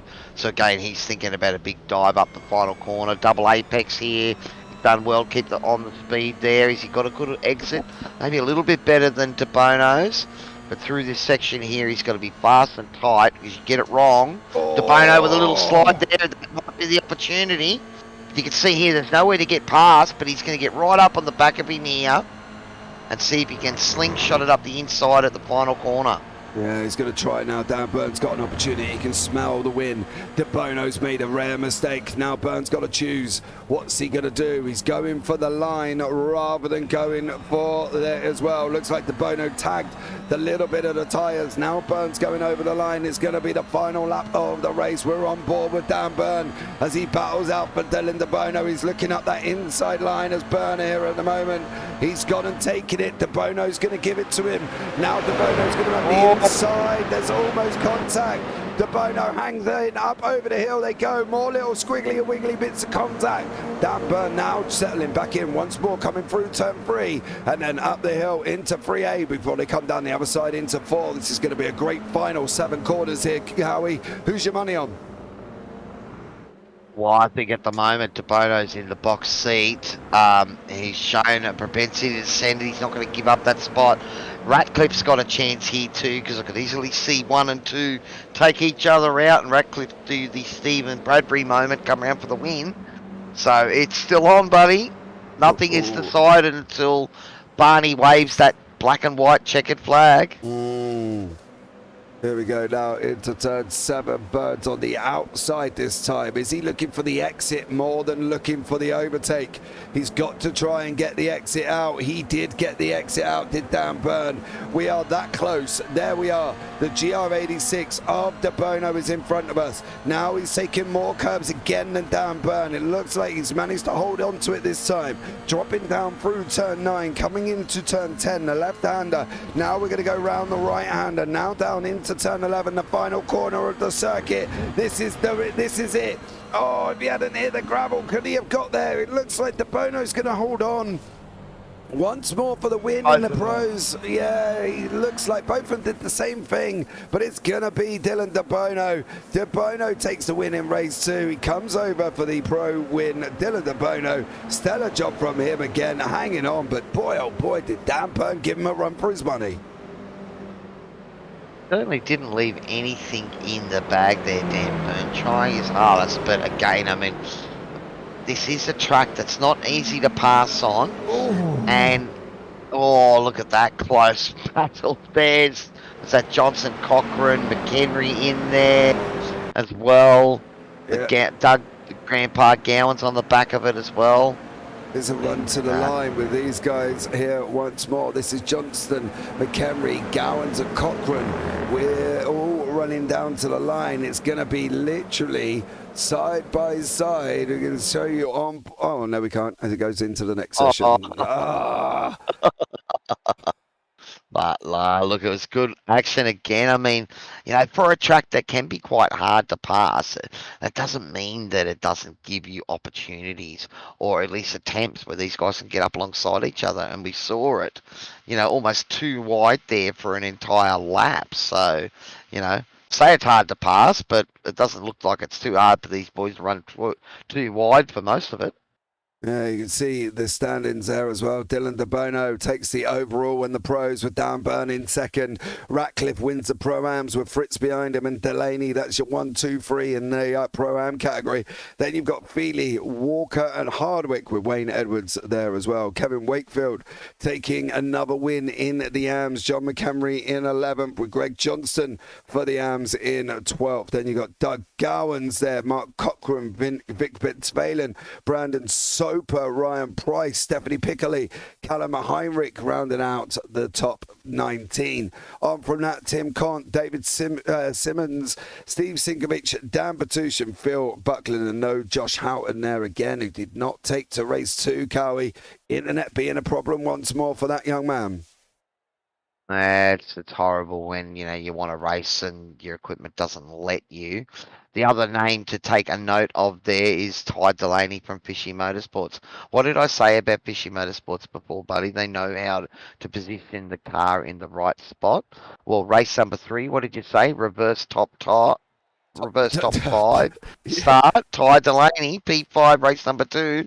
So he started pole race number 2. He's going to start on pole for race number 3 as well. Yeah, he is, but can he hold on to it? Sheepy's in YouTube chat as well. Hello, everyone. I hope everyone is having a nice day. Looking forward to returning in a fortnight's time. So Sheepy will be back in a couple of weeks here for us, joining us once more on what has been some great racing. And I think, to be honest with you, going into this third race with that top 5 reverse, this is going to be interesting. Look, it is. I mean... reverse grid races always spice it up. I know some drivers love it, some drivers hate it. I know it's been a contentious issue in the F3s from time to time, but you know those cars don't have a brake light, so you can't tell when the guy in front of you is going to stop. These things here, while they do have brake lights, it's all you know, very close. And when you're driving a car that really relies on momentum and clean lines and smooth, you know, delivery of all those inputs for pace, then, you know, the Pro-Ams, we've said before, you know, some of these Pro-Ams, give them the track that really suits their driving style, and they've got the pace of a pro. They can battle up front. We saw it with Fritzy there, P4, in race number 2. Yeah, it did. So, and the same with Delaney, P5. So those boys... You know, we've got to have Pro-Ams at the front of this field once again, battling hard with pros behind them.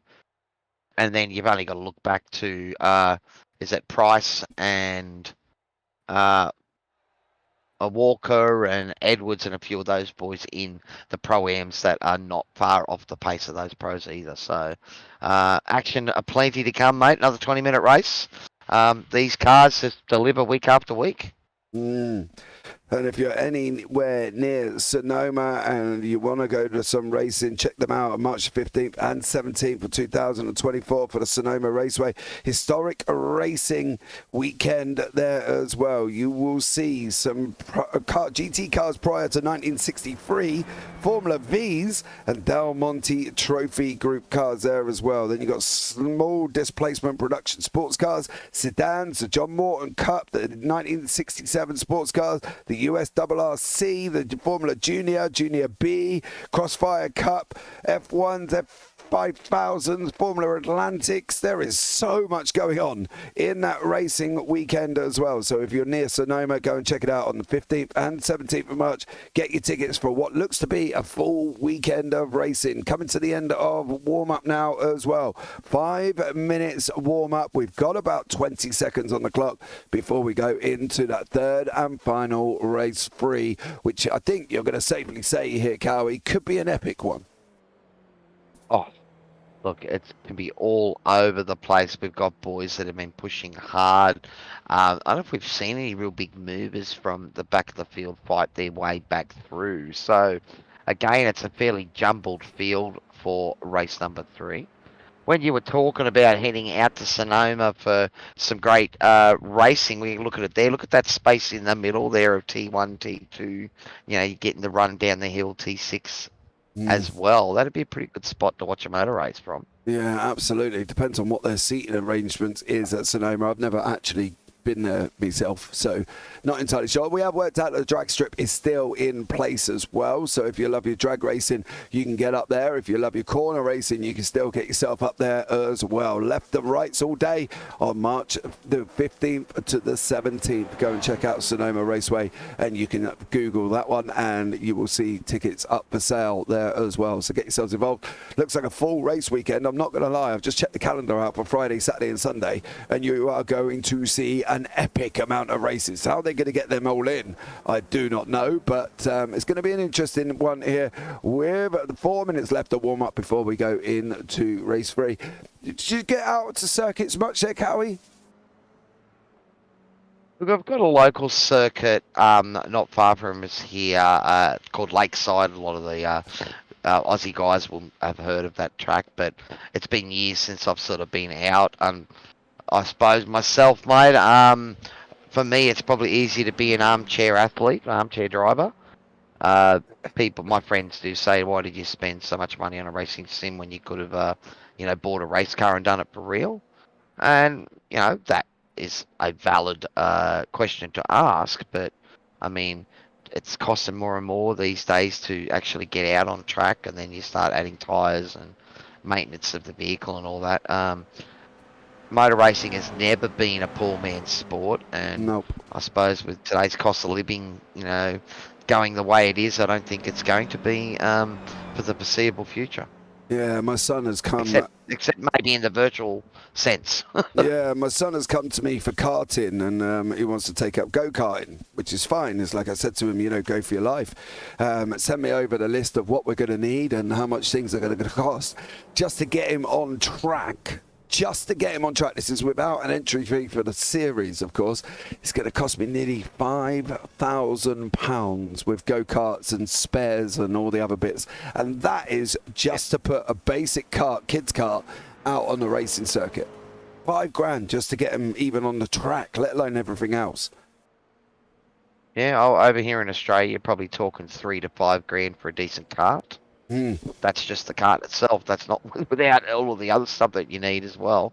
Yep. And I remember, they were talking, Michael Schumacher days when, he was a kid racing karts. His dad put old tyres on the kart. So, they didn't have the money to buy new tyres. So they were constantly buying old used tyres. Mm-hmm. And that's what he did a lot of his racing on when he was first racing as a kid.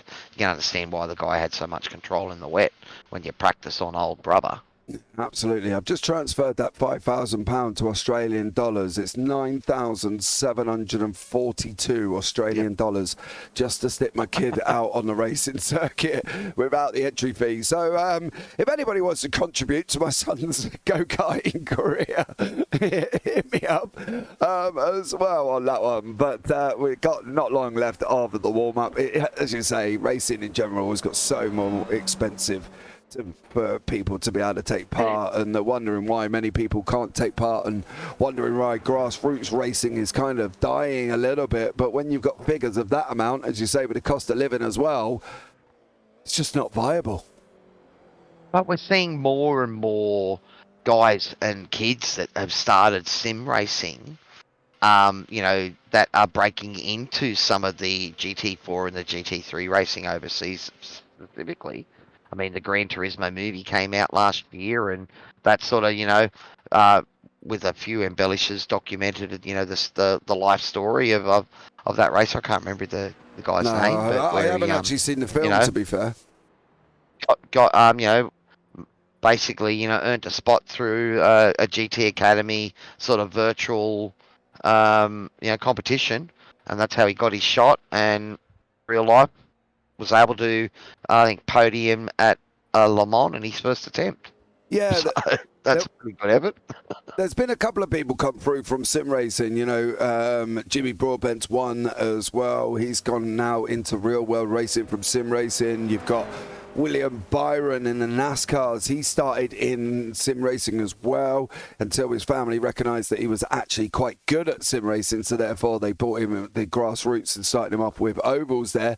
Let's get the grid up for race 3, mind you, as we continue to talk about real world racing and people coming through there. Ty Delaney will be on pole alongside Dan Fritz, with Shane Ratcliffe in 3rd, Daniel Byrne in 4th, Dylan DeBono in 5th. Then you got Feely, Walker, Hardwick rounding out the top 8, Wayne Edwards, Wakefield, McHenry and Johnston rounding out the top 10, the top 12, sorry. Then you've got Doug Gowans, Mark Cochran, Vic Vince Valen, Brandon Soper, Ryan Price, Stephanie Pickley, Callum Heinrich, Tim Conn, David Simmons, Steve Sinkovich, Dan Batus and Phil Buckland at your top 24. And then I don't know if Houghton's going to make it. Freeman, and as we know, Kat Gazunis is not going to make it there. So unfortunately for Sam, we're not going to see him out on track for race 3. Jace, it's costly, but it's worth it. I don't doubt that, mate, and I'm sure it'll be great, but it's just the outlay. That's the words of a son. That's the words of a son, not a father. Yeah, that's it. Ask Ray if he thinks it's worth it. Well, yeah. Come on, Ray. Pipe up, son. Let's see what you do there as well. Your boys come in and said it's costly, but it's worth it. He is, because he ain't the one paying, Ray. So let's see once more. Let's have Dad's opinion on that one. I'm sure it is worth it, and I'm sure my son will love it, and he'll be really great at it. But it's just the initial outlay, isn't it? It's finances. Jason's got a great sim rig as well, buddy. So he's gone well deep into the rabbit hole as far as sim racing goes as well. I mean, you're saying what, almost 10,000 Australian for karting over here. Well, I've spent a little bit more than that on my sim rig, and I'm not the only one.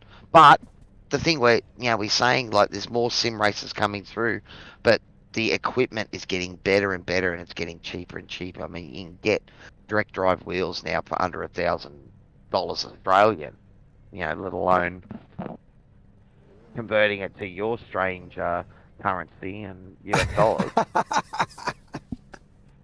Don't say our strange currency. You know what I mean? It's not our fault. The exchange rate. References to a sixpence, and you got all these darts references. Yeah, but your currency. Yeah. That's about the only reason we learn about the English pound now, is if you're a darts player.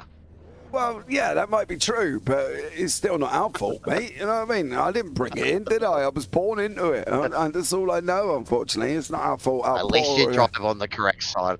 At least you drive on the correct side of the road, buddy. We'll give you that. Exactly. Thanks, mate. And I saw a video the other day of I can't remember which country it was. Why we wait for these guys to grid in, and we're just going to have a little bit of a waffle here. There was a country that swapped over from left to right or right to left. I can't remember which one it was. And they showed a video of the opening day of the country swapping over. Yeah, it was chaos. There was people on the wrong side of the road. It was all wrong here as well. But the lights are coming up for the third and final Shannon's Toyota GR86 presented by Motorsport Australia. Lights are off. We are green, green, green. Oh, Delaney didn't go anywhere. Oh, no, no. He bogged down. He didn't go anywhere. Byrne and Ratcliffe got an absolute rocket start as we're going into turn 1 as well. Dan Byrne up 3 off the start. And unfortunately for Delaney there, he just did not go anywhere. Dan Byrne takes the lead with Fritzy second, Ratcliffe third. Delaney now coming back through. He's going to be battling side by side on that run. Now down into currently turn 4, the right-hander, before they go through for turn 5. And Dan Byrne takes the whole shot and he gets the lead coming through here for the first time through turn 6. I thought we were going to say Fritzy was going to lead through turn 2, but that was a great launch from Daniel Byrne. And when Ty sort of bogged down off the line himself, it sort of slowed down that outside lane. And any of the cars that were up the inside, they got a bit of a jump on their competition. Yeah, absolutely. In the background, you see Delaney and Fritzy battling it out as well. Soper looks like he's had an incident. Simmons has been off the side of the circuit. Sinkovic has also been off the side of the circuit. Soper's just had a little bit of a ta-ta-ta there as well. Brandon Soper, we're probably going to see him. Oh, we aren't going to see him here as well. But Dan Byrne opening up the wheels on that GR86 as he comes down for the first time here this evening and leads that lap 1. And he's leading it by 1.47 seconds. Dan Byrne in that Carlins Motorsport doing an absolute stellar job on the run into turn 11.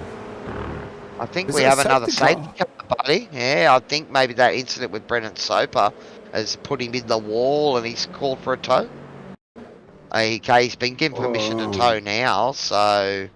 We need to go a little bit further back here, I think. Here we go. Oh, there's the contact there. Who's that with? Simmons and Sinkovic. And then, Soper does that there as well and goes across. Unfortunately, there was contact. Yeah, was that Sinkovic and Piccoli? Was it? I think it was Sinkovic and Simmons, yeah, there as well. So we are under safety car once more. So unfortunately for these guys, they will have to go through. JB, I'll privately SMS you on this. Okay, mate, hit me up. I don't know if Jason wants to tell you a card, buddy. It might cost you a bit to get it shipped over to the UK. No, do you know what he's going to do, mate? He's going to say to me, mate, I will sponsor your son and pay for it all. He's such a nice guy, Jace Douglas, isn't he? Bless him. Well, there we go. JB going off into the world of Wonderland for a brief moment there as well.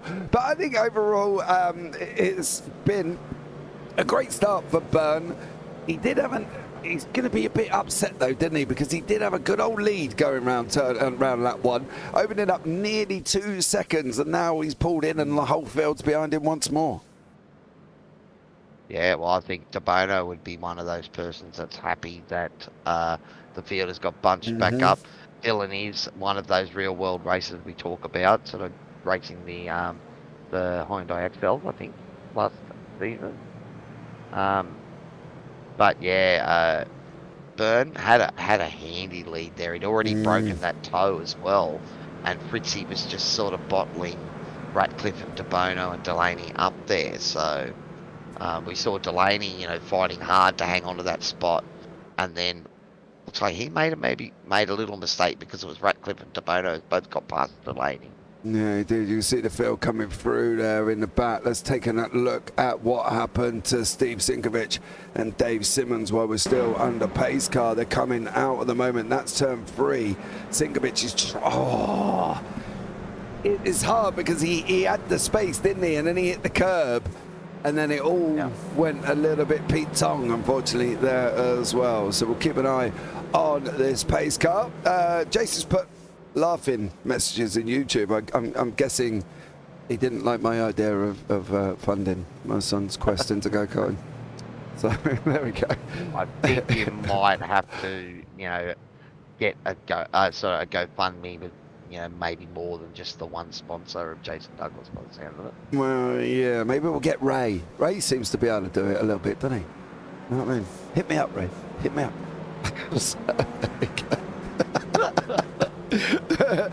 under safety car here as well at Sonoma with these guys doing a stellar job. Dan Byrne got a jump. Delaney didn't go anywhere.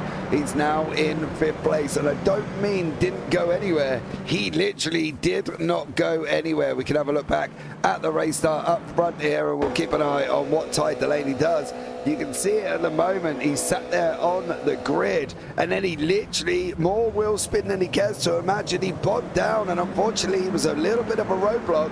Dan Byrne in that Collins Motorsport, you can see him on the left hand side doing an absolute stellar job, up 3 places coming into turn 1, and Dan Byrne takes the whole shot round 2, and now he opened up a gap, but now that gap is all gone as he is sitting in 1st place behind the safety car with Dan Fritz right behind him. Come on, Fritzy, let's see what we can do here.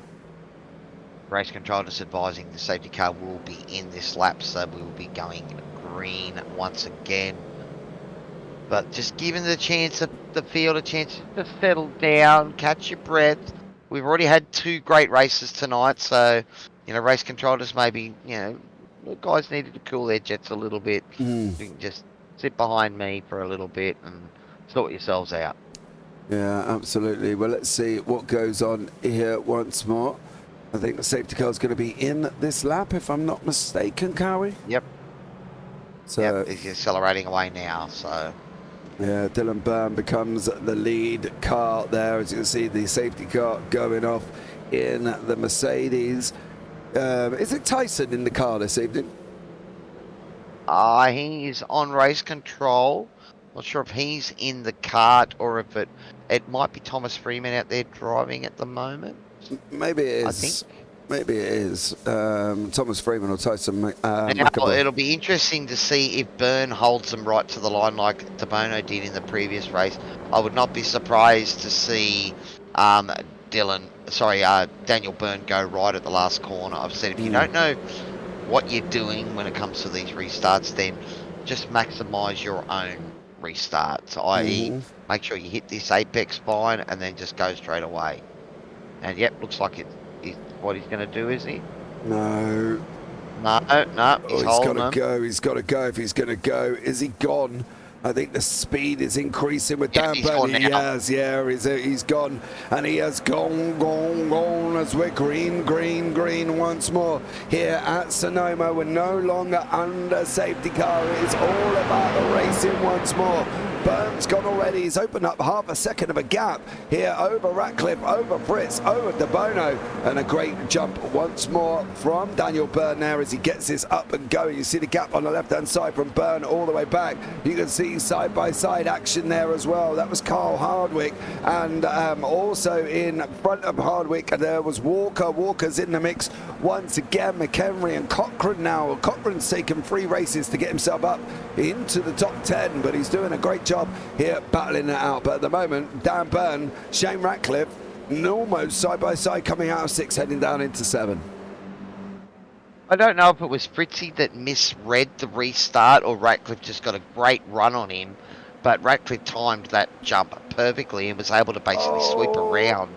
Contact! No! Dan Byrne. It was a great move from DeBono on Fritz as well there, but unfortunately I don't know if Ratcliffe's going to have to serve a drive through there, or race control will just deem that a racing incident. You can't give him a drive through for this. The gap was there all day. The door was left wide open. You've got to be in control of the gap. Yeah, he's hit the apex. He was in control. Well, it'll be a hard one for race control to adjudicate. And that's why we've got them to pay them the big bucks, buddy, so that they can deal with it and we can just talk about it. Yeah, absolutely. I'm not getting myself involved anymore in any race control here. I've been there, done that, got in the steward's room. No more for Mr. JP. Ratcliffe, DeBono, Fritz and Delaney. I really need to stop my free-spirited opinions at times here, Gowie. I do, honestly. There's nothing wrong with having free-spirited opinions, JP. It's just you've got to, sometimes you've just got to temper them with considerate words, I suppose. Or, again, leave a bit of room and ambiguity there, because I mean, one of the things about race control is that they look at way more angles than we do. They're looking to, generally the questions that they're asking is, if you've made contact with the car, the first thing they're going to ask is, were you in control? Yeah. If you're not in control of the car at the point of contact, then it's going to be your fault. If you're in control, then they will start to look at, okay, were you far enough up? Did you, who's that spun in the background there? Wayne Edwards? Possibly on that one. Yeah, it was Wayne Edwards there. Unfortunately, he's just gone round. Once again, Ratcliffe still leading. De Bono now has got past Fritzy, and De Bono's on a mission here to take 3 out of 3. He's going for the Triple Crown once more as Dylan De Bono through turn 9. Now we're in the right-hander of 10. Here as well is De Bono. He takes a lot more curve than anybody else on the race circuit, does De Bono. He gets that rotation in the GR86 by doing that, and he's coming into 11. You can see the line different there as well. Fritzy's almost trying to take the same line, and Feely's gone round there as well. Matt Feely. Is it Feely? No. Who is it? Yeah, it is. I think he's had a great recovery. In race number 2 there, and looks like all that hard work has gone the wayside. Has he got that car going? Yeah, he can't stall it. He can't stall it. He can he's just letting the field go through. Yeah, he can press the I and the S button there and get himself moving again if need be. But Ratcliffe and De Bono, I've got a funny feeling for the next 9, well, we're a little bit further up than that, 8.5 minutes. This is the battle that's going to be on our screen with that one as well. We have got Hardwick battling it out there as well with Delaney. And further behind that, we've got Cochrane, who's now up into 7th, doing a great job in race 3, and Betts Valen and Johnston there. And then we've got Callum Heinrich, Ryan Price, Stephanie Pickley, Dan Byrne trying to make his way back through after his restart incident. But back up front, Ratcliffe and De Bono still going at it. I can't see really past De Bono, and that isn't in any disrespect to Shane Ratcliffe at all. It's just De Bono's been quick here tonight. He certainly has. Unfortunately, Steven Sinkovich and Dan Partosh falling afoul of the long arm of the race control law, both being given drive-through penalties. I think that might have been for that incident that we saw there on lap 1. De Bono here putting a lot of pressure on Ratcliffe. Is he close enough to send it up the inside here? At the moment, content to sit in behind. That is his teammate in front of him, I believe. So maybe a little bit more care from Mr. De Bono. It could also be that Shane Ratcliffe lets him through. So it doesn't look like he's willing to let him through at the moment, but let's see how hard he likes it. Yeah, come on, Shane, give it some there, buddy. Fight it like a old-timer boxer. Let's see what goes on here. It's Ratcliffe going here with De Bono. Ratcliffe in the front, in the gold and white. De Bono in the back, both from Velocity SimLab. Is De Bono thinking, let's go and escape first before we start fighting there, buddy? That's going to be the thing, isn't it? Does he want to just get this car as much as possible away from the pack and then close up on Ratcliffe? Because we've seen him do it before, and he's no slouch in a car. He's not, you know, he's not, how can I put it, he's not silly as such, is he? No, and Ratcliffe has shown that he's had good pace here tonight at Sonoma, so that very well could be part of De Bono's plan. At the moment, Fritzy holding back P3 at the moment, Hardwick behind him. Fritzy be right and happy where he is at the moment, trying to just driving his own race. Hartwick, a couple of seconds back, 2.5 seconds back there, so we'll keep an eye on that battle, but he's got Delaney behind him, so, you know, again, those guys back there, they can't blink. De Bono here now trying to set up the run down the back straight. Is he going to have a look this time? Thought about it. Would he send it on Ratcliffe, though? That's the problem. Would he do what De Bono does and sends it through when he needs to? Or is he going to sensibly look for a more, for a gap that is open, or is he going to allow Ratcliffe to start moving away? Because they're different classes, right? Ratcliffe's a Pro-Am, De Bono's a Pro, now you've got Fritz and Hardwick, which are Pro-Ams as well, so it more benefit De Bono to push Ratcliffe along and say, right, I'm just going to sit here, go, and I will push you as much as I can to keep opening up the gap. He's a racer though, so he's going to push hard there. I think that was race control on the radio there before saying I think that was that incident between Ratcliffe and Byrne deemed a racing incident, no further action. Oh, there you go. I got it right. Come on. No Stewart's room but me. Ratcliffe and De Bono still going at it. We'll keep an eye on their times. We've got Cochrane and McHenry fighting it out further down. We've also got Gowans. That's... I thought that weren't going to go well. Run, Tim. Yeah, now you can see in front as well. Cochrane's on the right-hand side here. He's going to make a move into turn 7. Is he around the outside? He's not. Gowans is going to try the same thing. He's got to look for the cutback as Cochrane. He's not going to get it this time around.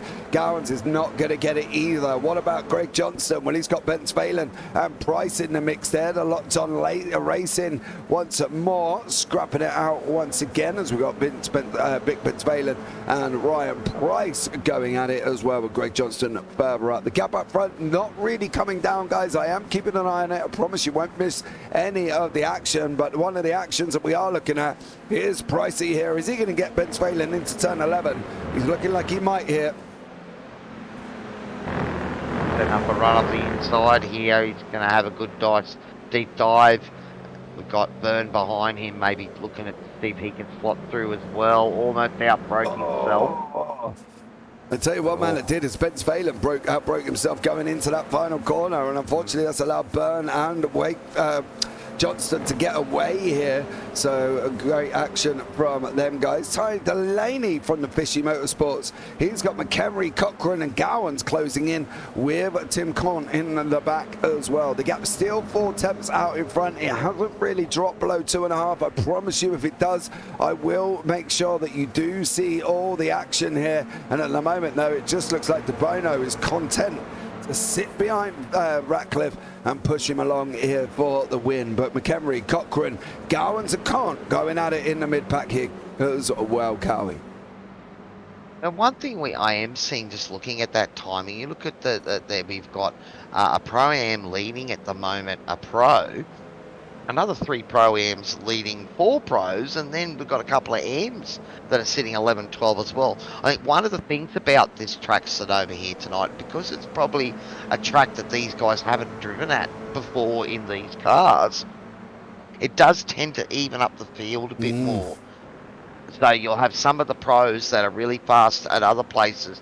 Maybe they haven't put as much practice as some of these Pro-Am and Am drivers that have put in this week.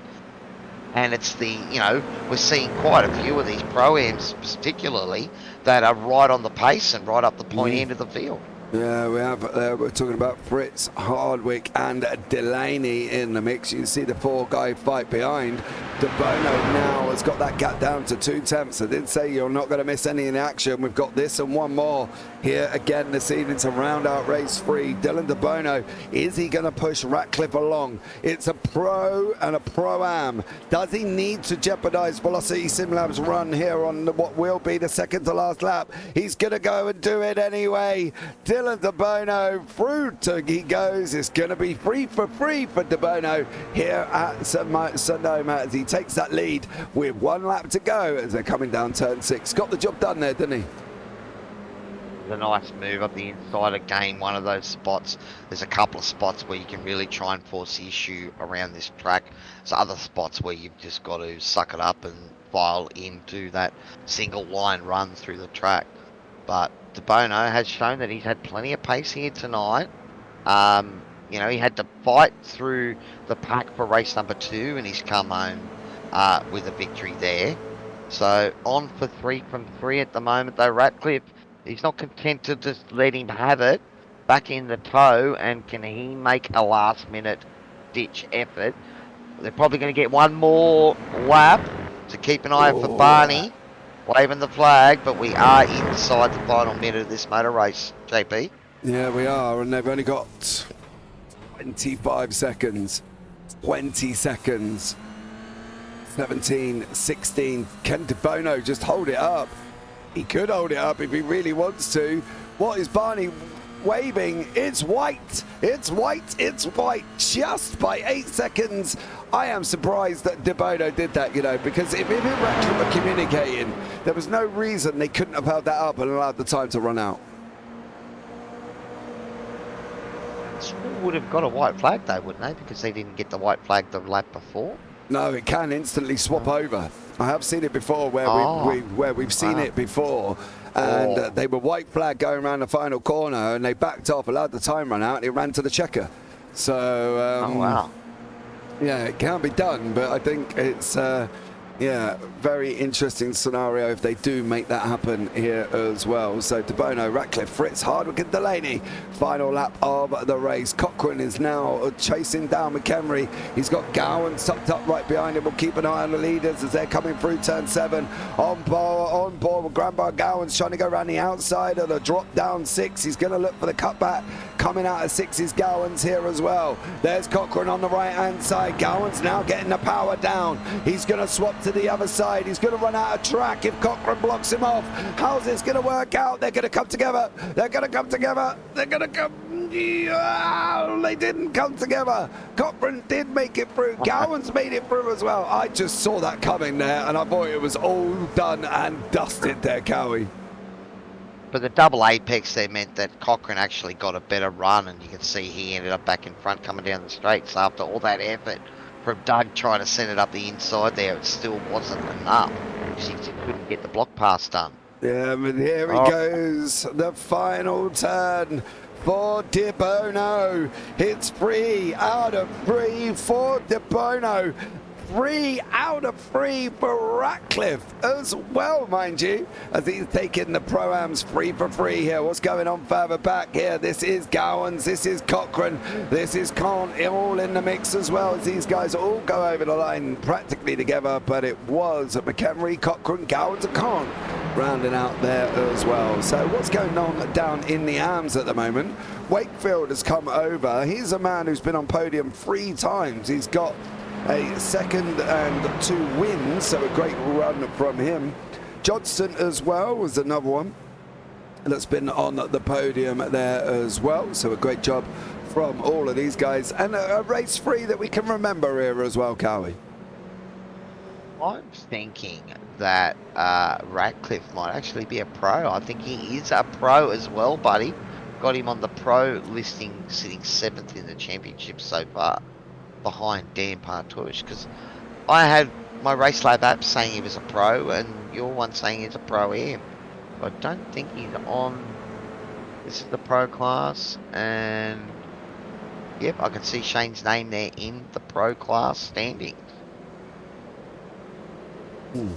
But still, what a great battle between De Bono and Ratcliffe.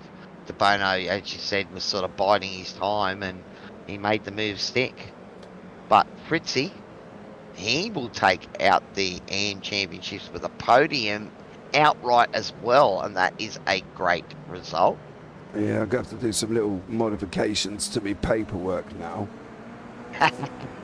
Sorry, buddy, I was just having a look at it. Now, Dean Sinkovich, who finished our lead AM driver, was Kevin Wakefield.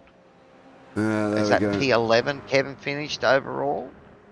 It was, yeah. Dylan De Bono is the winner with Shane Ratcliffe in second, Dan Fritz in third, Hardwick in fourth, Delaney in fifth, John McHenry in sixth, Mark Cochrane in seventh, Doug Gowans and Tim Cont round out the top 9 with Marty Walker in 10th. Kevin Wakefield in 11th with Dan Byrne and Ryan Price. Greg Johnson behind him all the way to 14th. Dan Partouche in 15th. Callum Heinrich in 16th. Vic Benzvalen in 17th. Phil Buckland and Mac Feely beyond that, rounding out the top 19. Then you got Wayne Edwards, David Simmons, Steve Sinkovich, Stephanie Piccoli, Brandon Soper. They're your top 24. So some great action taking place over these 3 races here as well. We'll just wait for the drivers to pop in there. Thank you so much for that one. Jace, good luck with Ray sponsoring you. Your son, JB, he has to pay for all my card. Well, I think I told you, buddy. Yeah, I know, but I think we need to have a chat about importance. Do you know what I mean? Like, you know, I respect your elders, Ray. You can't give in to these young folk here as well. So it's a preference of importance, Jace. You might be on the racetrack, but we bring the action, don't we, Cowie? Well, I think there might be a bit of family bias there on both sides of the equation, though. Nah. With Ray Douglas maybe looking after his own boy, or maybe JP looking after his own boy. Oh, there's no need for it as well. Who needs... Ray, you don't need the, you know, Jace, it'll be all right. He'll be able to look after himself. Hit me up. Only kidding, guys, as well. Right, we've got Greg Johnson and Dan Fritz in the interview room, and we're going to have a chat with Fritzy here as well as he comes into the booth this evening. Good evening to you, Mr. Daniel Fritz. How are you, sir? Good yourself, Cowie and JP? I'm all right, mate. I'm not bad at all. Cow, are you good? I am doing fantastic. Fritzy, P3 overall, but 2 of those races you podiumed tonight, and that's in mixing in with the pros. I think JP had you as an AM at the start of the race, but we worked it out that you're actually being bumped up to the pro AMs. And if you keep pace like this, mate, there's only one more step to go. Yeah, sadly, I think that step is going to happen next season. I think the main question is, but everything all good with you, JP, and your family? Everything's all good, mate. I'm all good. My son's, well, I would say he's up and running, but he's not running, but he's up and he's recovering well, and he's, had a good few days on the medicine, so he's all right. Thank you very much for that one, Fritzy. I think that's the main thing. Sim racing's good fun, but family always comes first. Yeah, it definitely was a bit of a hairy moment, I'm not going to lie. But yeah, thankfully enough, he's up and running and he's all good. So there you go. What about you for your racing as well? Where are you going in terms of pace at the moment, Dan? Because by what I'm seeing, there's no reason you can't be a pro right now, all right? I think when I look at the lap times, I'm definitely still that probably half a second slower than the pros. I just seem to get lucky at the moment and pull myself out of the hairy situations and just able to keep it clean. Well, I will say in that last race, your 1:45.8 was only 2 tenths off De Bono's up front. I think it's safe to say Dylan was playing with us all night. Oh, Fritzy, give yourself some credit, son. Don't down it on that one. You know what I mean? God, blimey. When was the promotion? Because I'm sure last time out we commentated last week you were an AM, weren't you? I think it got made week 3. I think we finalised everything, and I bumped myself up to a pro AM, and probably should have gone a pro how the last few weeks have gone. Oh, yeah. All right. Well, I'll get that sorted out. Can you keep that momentum going? Can you? Fritzy, I'm really hoping so. Coming up that you really like, man, or? Well, I'm away for week 8, so essentially one bad week and I'm out of championship contention. So it's a interesting point at the moment. To be fair, it is Fuji. Well, week 8. I was going to say at least it's week 8, not week 9, because you can't use the drop round in week 9. I thought it might have been week 9 I was away, which is why I didn't really care where I graded myself, but I've worked out, I was able to use a drop round. Well, there you go. Fritz, thank you so much for joining us there, buddy. Anyone you want to shout out this week before we let you go? I just want to shout out to the Ned Whiskey and also you guys for putting on a great show, Shannon's, and Mark Sykes Designs, who keeps my cars looking a lot better than anything I could ever come up with. We'll put it that way.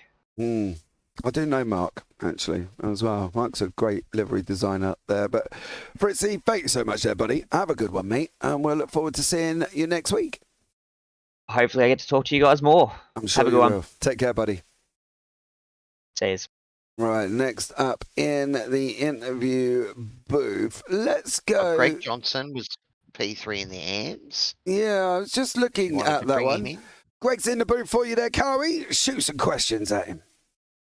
Greggy, P3 in the AMs tonight, buddy. I know you were in the thick of a few battles there. How was it out on track? That was P2 in the AMs Sonoma? tonight, mate. P2, okay. P2, yeah. P2. Trying to chase down Kev in the last race was bloody hard work. Yeah. But, how was your race one for you? Not too bad. I had a bit of a spin and then dropped back from 18th back to, 25th, and then fought my way back up to 18th. So I was happy with that, and that gave me, I had some momentum up, and then got through the second race all right, and then into the last race, just try to stay clean and see how I went, and yeah, everything sort of fell my way, and P2 in the AMs was what I needed. Yeah, you had a couple of good battles out there on track. We saw you sort of in the thick of the action there for a bit, but as you said, it was more about just keeping your nose clean. Well, that's it. I got stuck behind Vic for a while, and he was driving pretty hard tonight, and fair and fast, and it was just a matter of just waiting for him to make a little mistake in the second race. I got stuck behind Brendan Soper. Same thing, just keep the pressure on him. Hope I could stay on track, and hope he didn't, and made a little mistake, and got past him right on the last lap. So that was good in the second race. But overall, I mean, I'm really happy with the night's racing. It's good points for me in the championship. It probably put me second or on top, if I'm not mistaken, because Dino didn't race tonight. So it's a good night for me. Yeah, we'll find out when the scores come in on the doors there, buddy, to see how you get on there as well. 2 second places, though. Something to build on going into next week, do you think? I hope so. I mean, these cars are, for the guys down the back, the cars can be a little bit challenging. You know, you drop a gear and you lock the backs up and round you go and silly things like that, and we're still getting used to that. I had that much better under control tonight. There's a couple of spots on this track, like turn 2, where you crest and turn at the same time. Really easy to put it around, which I did once tonight there in the first race. You just got to be mindful of that. I don't even know where we're racing next week, but we'll see how we get on. But big shout out to the colours that are all over my car, the Tourette Syndrome Association of Australia, and all the hard work that they do for helping all the kids and adults with Tourette's syndrome. And it's a cause close to the heart. My daughter's on the committee, or was on the committee, and very much involved in that. So I changed my colours from the prostate cancer across to Tourette syndrome on this car last year, and I'm sticking with it on this car. Awesome. And of course to Red Energy, who also support me in the racing. Awesome stuff there as well, Greg. Well, that saves me asking you who you want to shout out there, buddy. And I can safely tell you you're at Sebring next week. So Sebring, nice track. I like that. That'll be fun. Yeah, definitely will. But Greg, well done on your evening. Nice haul of points for you there, buddy. And we'll look forward to having a scene if we can have a chat with you next week. Take care, buddy. Thanks, Cowie. Cheers, boys. Cheers, bud. Where do you want to go, Cowie? Let's bring the Kev star down. Kevin Wakefield, our winner. Oh, sorry, no. Yep. Is our winner of the end race number 3 there, Kevin? He got 3 for free, I think, you were as well. to think of it again. Oh, that's right. Sorry, buddy. Are you there, Kevin? Yeah, I'm here. Buddy, you're right in the thick of it again, mate. Great result for you tonight, as far as the championship goes. But how was it out on track there tonight? I started off with, I was a bit worried. I couldn't even get a qualifying lap in, and then when it come to the race, just tried to keep it clean and keep it steady all the way through. And obviously try and make as minimal mistakes as I could, and got past a few people, and had a really good night.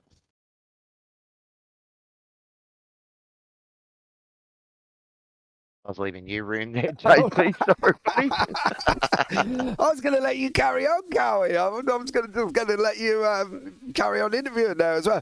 Kev, what do we think going forward for you? 3 for 3 for tonight. It doesn't always happen very often, when you get a Triple Crown evening like you've had there, but Do we think we're going to see more of that from you this season? You know, we've got some tough tracks coming up here as well. We've got Sebring on the calendar, Fuji's on the calendar, Phillip Island and Magny Court. Is there any track you're thinking, okay, I probably could get 3 for 3 here, or JP, you're optimistic it's never going to happen again? I'd like to say that I could get it again, but no, and obviously there's a couple of guys away tonight, and there's a couple of tracks that I haven't even turned a wheel at. A couple I like, which is Phillip Island and Sebring, which I'm hoping I'm going to be quite fairly strong there. And yeah, we'll just take it race by race and see how we go. Well, let's hope and see how you get on there, Kev, as well. It's going to be a great ending to the season for you. Anyone you want to shout out before we let you go? Yeah, I'd like to... First off, I better thank the wife, for Michelle, for letting me do this, give me the time away from the kids. One of my sponsors, my own business, Kevstar Auto, and obviously with the colours on the car, it's a support to the Celiac Society for gluten-free and celiac sufferers, which my wife is. So that's why a big part with that. And try and get the word out about that disease to everybody. Yeah, absolutely. Well, there we go. Kev, thank you so much for joining us there, buddy, and look forward to having a chat with you next week, hopefully, soon if you get another Triple Crown. Take care, mate. Thanks, guys. Well, there you go, Cowie as well. Should we bring in this man, Mr.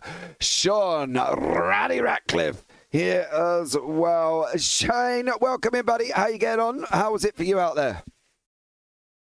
Good night. Nice to stay trouble-free for a change. Well, you say that, buddy, but you had Dylan breathing down your neck and Daniel Byrne as well in all 3 of those races tonight. I did. How was it being at the pointy and battling with those boys? Yeah, nice. Just haven't quite got the pace to match Dylan, but no, really enjoyed the rest of it. I will So, say, do you think he was showboating a bit, was he? DeBono. Sorry, no. He's just got that little bit too much for me, I'm afraid. well, yeah, I would say that, but do you know in race 3 you did have a faster lap than him for the best lap time? Okay. You were on Yeah, a it's close. 145. Yeah, 145.3. He had a 145.6. Yep. Yeah, no, it's pretty close. I think just over the race pace. He certainly got it over me. Yeah, as well. Where do you see yourself going forward, Shane? What's the ambition, do we think, for this season? Hopefully have more rounds like tonight where I can stay out of trouble and just keep working my way up and try and stay up the front a bit more often and be a bit more consistent. And what did you do different? Well, you must have done something different, right? You can't stay out of trouble one week and then get hurled in all 3 races in the next week. What was it? Yeah, not sure. Probably just dialed it back just that little bit. I was pretty worried about this round coming into it because all my practice, that sort of first couple of corners up over the hill there, when you crest the right-hander, yep. I was just waiting for it to snap pretty much on every lap. So just sort of, dialed it back a little bit, took it easy, and it was a good night. Yeah, definitely was. Shane, thank you so much for joining us there, buddy. Anyone you want to shout out before I let you go? Yeah, I'd like to thank the Velocity Sim Lab, Original Digital Design, Here to Race YouTube channel, Speed House, and shout out, I've got a brother watching over in Oregon in the States, and my folks at home. Who's your brother? Michael Ratcliffe in Portland. Okay. Oh, no, I thought it was somebody else. You should have said something in the chat. We should have said something in the chat and we could have talked about him. Yeah, we had Anthony from Indiana in America. Yep. So when you said your brother in America, I don't know. Oh, okay, well, get him next time to speak. He tries to dial in each week, so you boys are reaching far and wide. Oh, look at us, Carl. We're multinational. Hey? All autograph requests. International race commentators. Yeah, all autograph requests are open for myself and Cowie. If you want us to sign a picture that you can send to your grandma, because let's face it, both of us are old and you are going to need it there as well. So there we go. Sorry, Cowie, no offence, but we are. I don't know if it'll be worth anything. Right, Shay, thank you so much, buddy. Take care and have a good one. No worries. Thanks, boys. Take care. Oh, Cowie. There we go. It's almost like one of them old musos in where your grandma says, "Oh, I remember them when I was a kid," and you're thinking, "Great, now I am officially old." So there we go. Let's bring in Dylan DeBono, the man who took 3 out of 3, the second person this evening to get a triple crown in this race, with Kevin Wakefield doing it in the arms. Dylan, welcome in, dear sir. How are you? Hey guys, how are we? Good. Yeah, I'm all right. Cow, are you good? No? Cowie? Sorry, man. I didn't realise you included me. I'm good. Dylan, mate, you had pace on these guys. Were you having to drive right on the edge of the limit, or were you sort of holding back? I know that Shane was just saying there that he dialed it back a little bit and he thinks maybe that's why he got a result, but you look like you were sending it everywhere there. Yeah, no, that first race was good. I felt like I had the pace. The second race, I was batting pretty hard with Dan. And then that third race, I think I had a little bit on Shane, but not much at all. It was quite close. I think the factor of that was the track temp was getting hotter and hotter, and the times just came closer and closer. Yeah, they definitely did for you as well. Was there any doubt in race 3? Did you sit there and think, do you know what, I'm going to let Shane have this? Or, not much. We said to each other that we're gonna race it out. And that's what we did. We had a good battle. Obviously, tried to make sure we didn't crash into each other, because that wouldn't end very well. But yeah, we stuck into it, had a good crack, and hopefully it's a good race. Yeah, it definitely was. You were moving through the field in race 2 as well. It was an exceptional job. What do you think overall when you're looking at the racing back? Do you sit there and wonder what the edge is? If you were to give anybody advice for a aspiring sim racer who jumps into the GR86 and finds himself doing more pirouettes than a ballerina, what advice would you give him to take himself and everybody else forward? I think consistency is key. You can do one quick lap, but if you're not punching out consistent laps in between 3 or 4 tenths of each other, you're going to be stuck battling out with people, and you're just not going to have that pace over someone else to get out of their draft and get clear of them, because the draft in these cars crazy. Just around here. There's not really many long straight straights, and it was almost like 4 or 5 cents just in the draft. So if you can be consistent, minimize your mistakes, that's a key element to it, I believe. Well, there we go. And Dylan, you're a real world racer, aren't you? Yeah. And what car is it you're in? The last 3 seasons I've raced the Hyundai Excel Series, the New South Wales Series. Got third in 2022, second in 2023. So yeah, that's what we do. Nice. Well, there you go, guys. If you want to take advice from a real world racer and one of the, if not the fastest individual in the GR86 we've ever seen here, that's the advice you want to take. Dylan, anyone you want to shout out before we let you go, buddy? Yeah, big thanks to Velocity Sim Labs. They do it day in, day out, week in, week out. To get 3 out of the 4 cars in the top 4 is pretty special, pretty good achievement, and all the boys are proud of it. Original digital design, the cars look amazing. Here to Race YouTube channel, SRW for putting on the racing. Otherwise, we wouldn't be able to race 4 nights or 5 nights a week. And you guys for putting on the broadcast. Wow, awesome stuff. Thank you so much, Dylan, for joining us there, buddy. And we'll see forward to seeing what you could do next time out at Sebring. Thanks, guys. Well, there you go, Cowie. They all seem very upbeat. You know, Kevin is absolutely ecstatic with his wins, and although Ratcliffe hasn't taken an overall win, didn't really seem that worried. You know what I mean? And Fritzy, well, he's just a nice guy all round, and he was never going to be unhappy anyway. So, great evening for some of these drivers. It was a great evening of action. We saw it a couple of safety cars. We actually didn't do our little private bet, you know, for the sheep station on how many safety cars we were going to get tonight, but it did bunch sort of both of those races back up. We got to saw action all the way down the back of the pack where guys were battling for the last position. So, I mean, being a racer myself, buddy, although I say I don't really care where I come, everyone wants to win. For me, it's all about the battles on track. And one of the great things about racing in a league is you get used to racing against the same people, and you give each other room, and you have a red hot crack between you. Absolutely, that is the difference between league racing and sometimes the online officials there as well. And you get used to who you're racing, who you can race, who you can't race, where do you go, who's going to leave your room, and it all comes down to respect at the end of the day. Well, I think, guys, it's been an eventful one here, and I think we're just about on the borderline of saying goodnight once more here as well. It's been a very interesting evening of racing. Thanks so much to Shannon's there as well, Motorsport Australia official for this one. But from myself, I've been James Parfett alongside Andrew Cowie-Cowan up here in the SRWtv booth. Don't forget, like, subscribe, turn on the bells. But for now, guys, as always, take care, have a great week, and you never know, we might see you on the track sometime. Good night.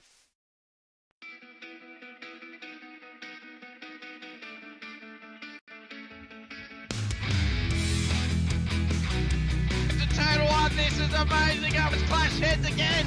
This is like Chaz Moskin and Cam Waters. Almost the same situation.